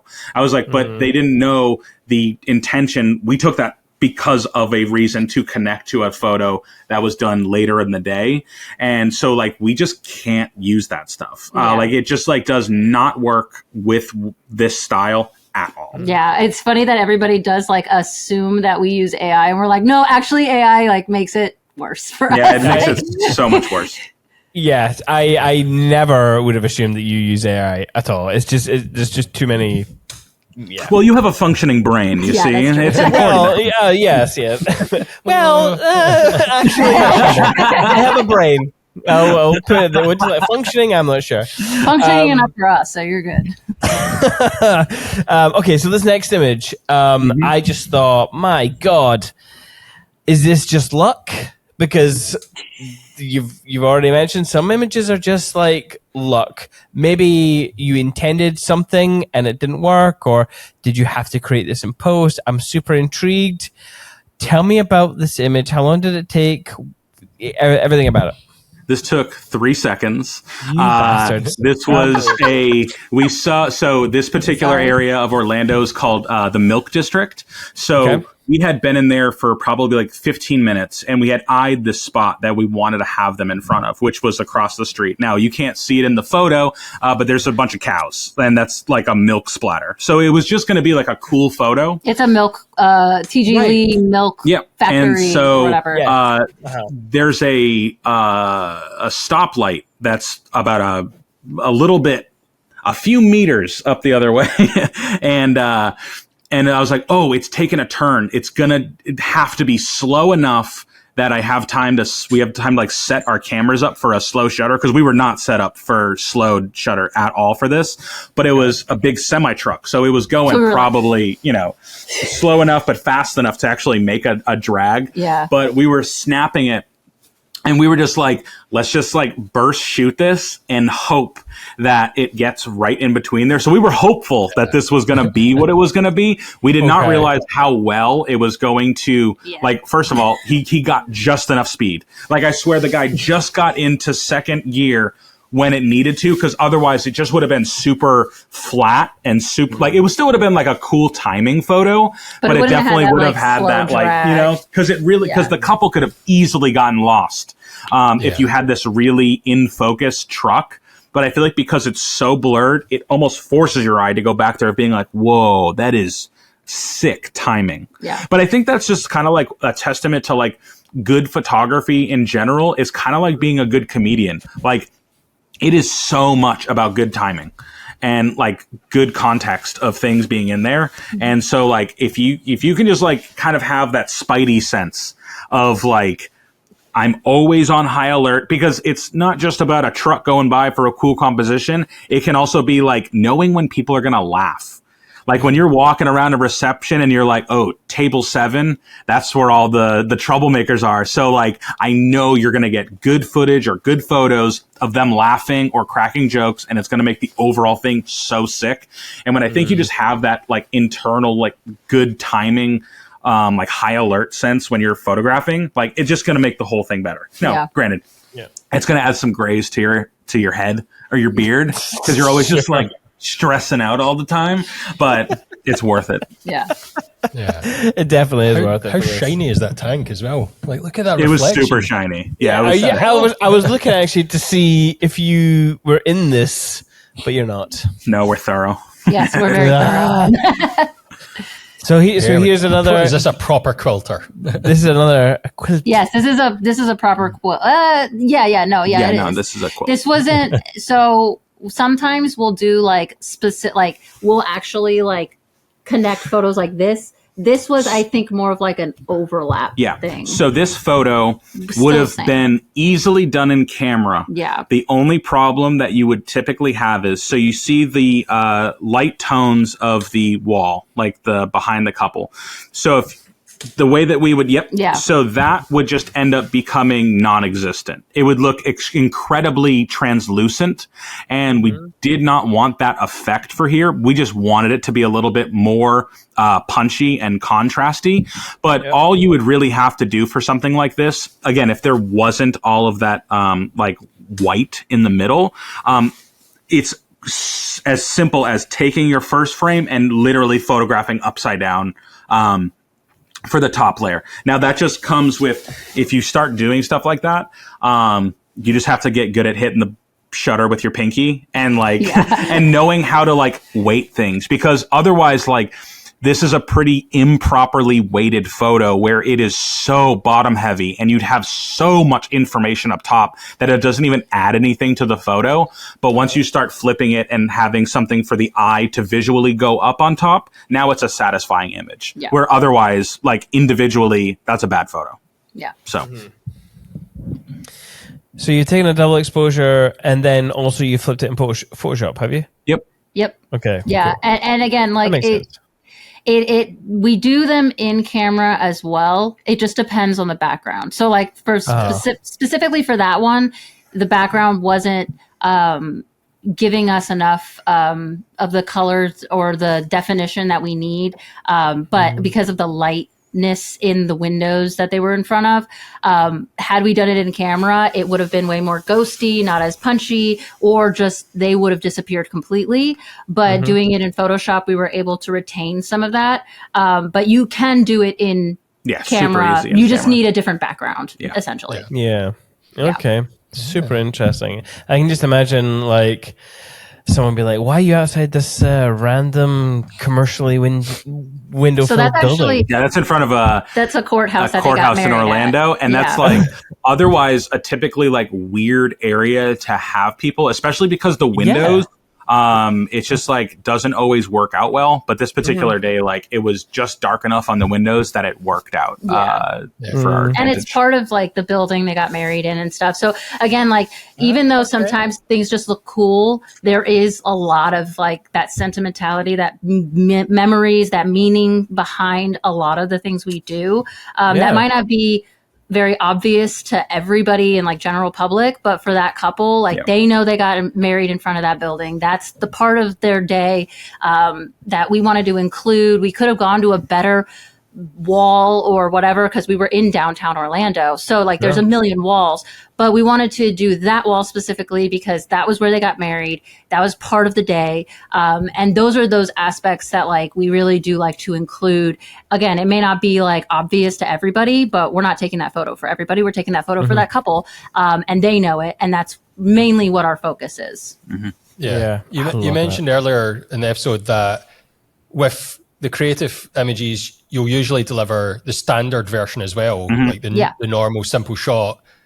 But you also said this was an oddly weighted photo. So do you deliver that oddly weighted photo? For that or do one you was definitely that one was just like it was the same time to do it because we were doing it in post that it would be if we delivered the regular. Yeah, that one we definitely didn't do that bottom one. But we did I think we had them like holding a kiss for like a regular version like immediately after. So we do like we still incorporate like again that wall we wanted to incorporate in other poses as well. So we took that, then we just had them meeting together in the middle and took a photo like that, delivered the regular photo like that, and then also did this like trippy crazy thing too. So that's so cool. Yeah. Is that the last one? Yeah. Oh, thank goodness. 'Cause I realize we're running over. So, thank you for joining us. What a great conversation we've had. Where can people find you online? Instagram is at Oak and Iron Photo. You can also find us over on TikTok. It's pastrami on rye. It was not intended to be seen by people, but it happened to be that way. Also, I feel like TikTok sometimes hates when companies represent things, so it's easier just being me. And then you can also find us. We're trying to tackle this YouTube world, but we're navigating that whole thing. But you can find us on YouTube at Oak and Iron World, and then also on our website www.oakandironphoto.com. So I mean, right? Okay, so you do have at Oak and Iron Photo. Yes. Okay, but it's not that one. But it is that one. Is that one? Oh, is on your TikTok? Oh, that's we do have that. That's a bad one. Yeah, that one I tried to do something. We can't get the password back. Yeah, we can't get the password back. I'm gonna say because people will be like, "Oh, they're really big on TikTok," and it's like, no, 3 videos. Yeah, that's you got to go to on rye. Pastrami on rye on TikTok is that's the big dog. Sorry, we lost the password. We can't get it back. We don't know. Yeah, okay. I've got pastrami. Yes, pastrami on rye. There we go. Okay, that's a lot more videos. That's better. Oh my god, that's hilarious. You can't make it easy for everyone. It needs to be kind of a journey. Yeah, I know, absolutely. It's all about the journey. Yeah.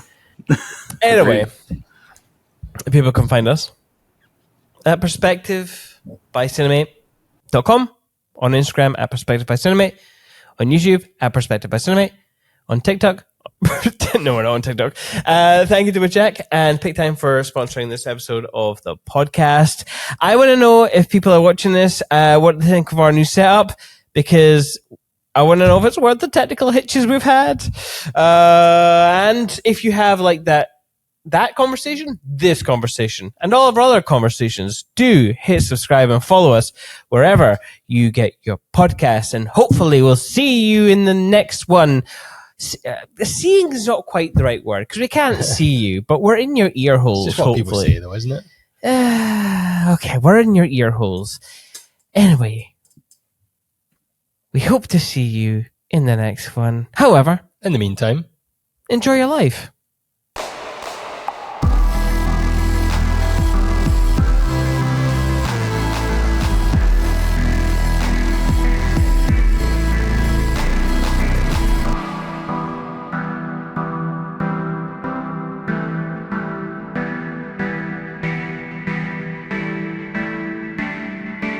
Yeah. Oh, nice. We had to get our best Euro outfit on just for you guys, dude. Got it all the way down to the pants. Yeah, we bought this just for you guys. Oh, amazing. shit. This is good. What?